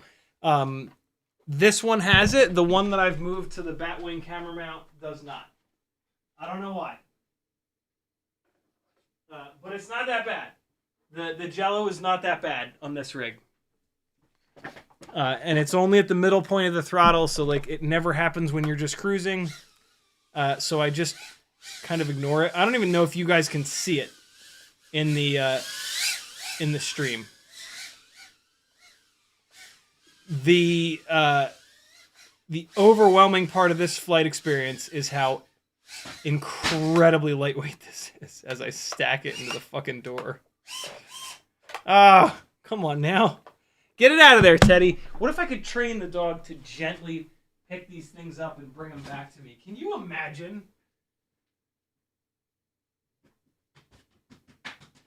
Buddy. What does he think? Like, what does he think it is? You know what I mean? Like, what's going through that peanut-sized dog brain of his? Do you guys know that? Dogs' brains are as big as a peanut. Well, as small as a peanut, I guess. This is just so lightweight. I don't know if you guys can see it, but boy, oh boy, can you feel it.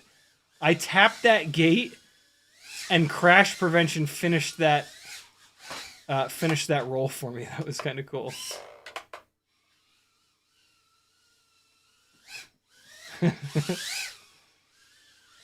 With these Gemfan 1219S propellers on, these 802 29,000s or 28,000s make really good power. Uh-oh. Oh no. Oh no, this shag rug is lava for 65mm rigs. God damn it.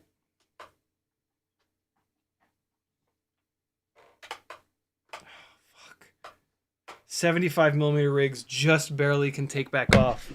Oh boy, is that annoying. Come on, buddy.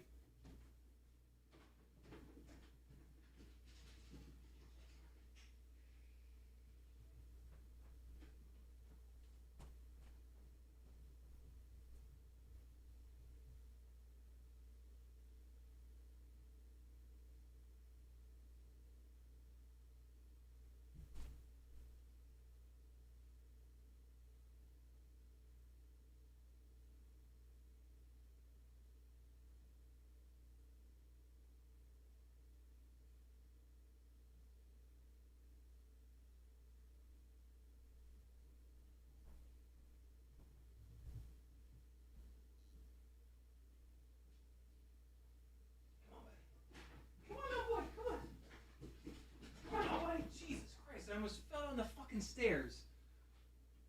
Oh boy, it was all tangled up in that carpet, yo.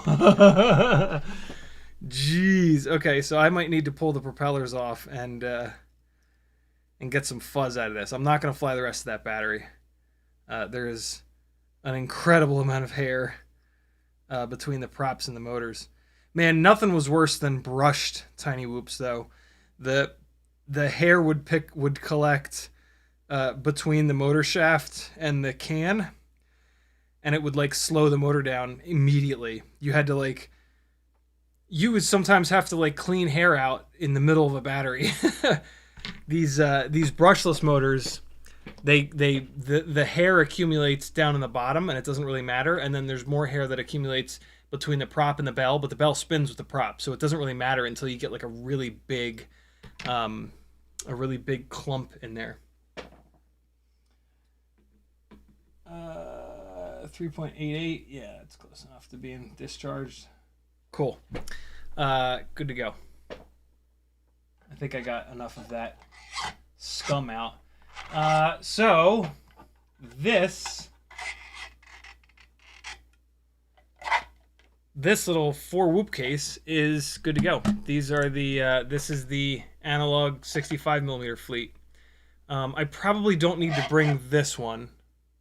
So if there's one rig that stays, it'll be this bowling ball rig. I'm gonna call this one the bowling ball. It's black like a bowling ball too. So this is senior bowling ball from now on.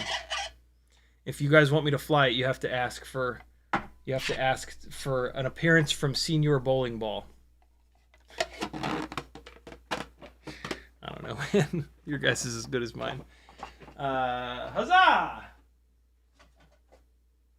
One case ready to go. One case of whoops ready to go. All right. This is an interesting little one. This is an iFlight AIO that I have not plugged into Betaflight yet. Now's the time. Let's see if it's set up. Let's see what's going on with it. It'll certainly need to be bound. That might be a pain, but let's take a quick look. This is a wacky iFlight AIO that has a daughter board up top pinned, which is the VTX that I've never used before. So let's see here. First off, oh, maybe I did bind it. Hold on. Maybe I did bind it. Let's take a quick look. Did I set this thing up? Maybe I set it up. I see some of my numbers in here. It's on TAER. Alright, so that's on 3.0. Let's try 2.5. Maybe this is the one that I was struggling to bind. Oh my god, it's 12:30? Jesus. Okay. We're going to leave it there. These 75mm rigs are outdoor builds. Yeah, this thing is not bound, so I got some work to do. I'll work on this tomorrow. Yeah, that's the indoor Whoop fleet. There's also, if I had enough time, I was going to flash these two. These are on slightly older versions of Walksnail, so I need to update these. These are the Walksnail 65s. It's a pain in the ass to fly these on the stream because I got to hook up the thing and the place, and it's just a pain. But I will be bringing these just for fun. I might not fly them, but whatever. Bring them for funsies. If somebody wants to check out a Walksnail 65, you'll be able to check them out. Let me get caught up on chat here, and then we'll shut this down. I didn't realize it was quite that late. I knew it was after 12, but I didn't think it was a half an hour after 12. That's a bit much. Okay. We got some stuff done. You guys got to see some of the fleet. Hopefully this is a enjoyable live stream for you beautiful bastards. If not, go fuck yourself.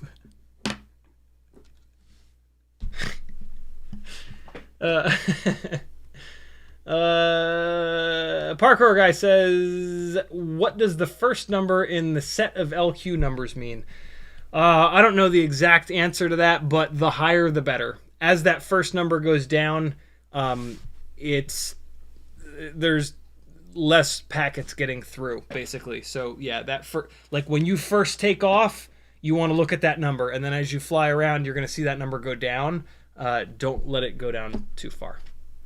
I don't have a great understanding of LQ other than the numbers go down and eventually it fail-safes. Cole Power says, is that 4X Tiny Whoop holder a 3D print? It is, and it's made by CustomFPV. He custom made me a set of them recently. But you can get them with the Tiny Whoop branding from Tiny Whoop's website. There's 4 different ones. 2 of them for 65s. This is the double. There's a quad that I just showed you. And then there's the same thing for 75s. They are amazing quality. And the print is really well designed, and CustomFPV is just a really cool dude. So if you have a logo that you want, if you have like a simple, one color, maybe two color logo that you want him to put on, you can message him on Instagram, CustomFPV, and he'll do it for you. It costs a little bit more, but as well it should, because he's spending a bunch of his time doing it for you. Or you can just go on Tiny Whoop and order them. I highly recommend them. They're really well designed. I love these doubles because this little slot here is perfect for putting some batteries in it.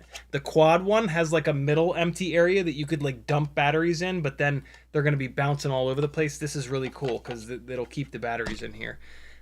So yeah, I really dig these things. They're really well made. CustomFPV is his name. Really cool guy. And I think I saw... I forgot to give him a shout out. He didn't tag me, but Nightwing. I think I saw Nightwing say that CustomFPV is his roommate. That's so cool. Nightwing, if you're still in here, sorry for I meant to give you a shout out, but I was doing something. Last comment of the live stream is nope. Second to last comment of the live stream is Titan. He says, "What camera do you recommend right now since the Runcam 3 doesn't seem available anymore?" I guess like the Tiny Whoop Pinch, although everybody kind of likes a different camera. The Newbie Drone BI is really nice and it's really lightweight. Yeah, so I would say for ultra lightweight, Newbie Drone BI. Also, that's a wide angle. If you like wide angles, it's not too wide, but it's a little bit wider angle than other ones. Or the Tiny Whoop Pinch is also great. I like the two of those. Parkour guy with the last comment of the live stream, he says, "Doesn't the VTX get in the way of the canopy? If that's the Blitz, I couldn't figure out how to mount it." Yeah, but where there's a will, there's a way, my friend. And the will is a pair of flush cutters away. Just cut the ass off your canopy, and it pokes right through there. And this is actually a somewhat interesting way to reduce the weight of the Mobula 6 canopy. There's nothing wrong with doing this, I don't think. It might be hard on the front post of the frame, but I bet you it's totally fine. Sorry it's out of focus, but Logitech sucks a big bag of dicks. So yeah, it totally gets in the way. But I've been meaning to try one of these Mobula 6 canopies with the ass cut off for a while. It saves about 0.2 grams, which is not nothing, but it's not that much. This thing weighs, I've not weighed this yet. This is on the HappyModel frame, which will absolutely break, but it was the motors, the AIO, they were all in this frame, and I said, you know what? It's been a long time since I ran the HappyModel frame. Let's see how quickly it does break. 18.5 grams. Not bad. 18.5 grams, and I guarantee you this AIO VTX setup is heavier than the 2G4. The HappyModel frame is light. It's fragile, but it's light, at least. So yeah, I'll get this figured out tomorrow, I think. Thanks for hanging, friends. Apache Smokes, thanks for coming by. Thanks for continuing to do amazing work with all the timestamps. You're the man. No stream Friday, no stream Sunday. I'll see you guys Monday night at 10 o'clock. Is that a giveaway stream? It is. Giveaway stream Monday night at 10 o'clock. Make sure you're a patron. Make sure you're on the $5 or higher tier, and you'll be entered to win one of the 4 giveaways. And then the last giveaway is Super Chat / PayPal based. So if you're a patron on the $5 or up tier, you could enter to win 2 different giveaways. The giveaways are all between $50 and $100 worth of stuff, so it's totally worth it. Yeah, I know it's a holiday Monday, but I work all holidays, so it's all good. Thanks for hanging, friends. I'll see you Monday. I'll see some of you at Castle Crash, which will be super awesome. Make sure you come say hi and ask me for stickers. You deserve it for putting up with me for 2 hours a night, or tonight, 2 hours and 40 minutes a night. Be good, friends. Bye! I'm not ready. Here's flying around the dog park again, because it makes me laugh. Come on, computer. You got this.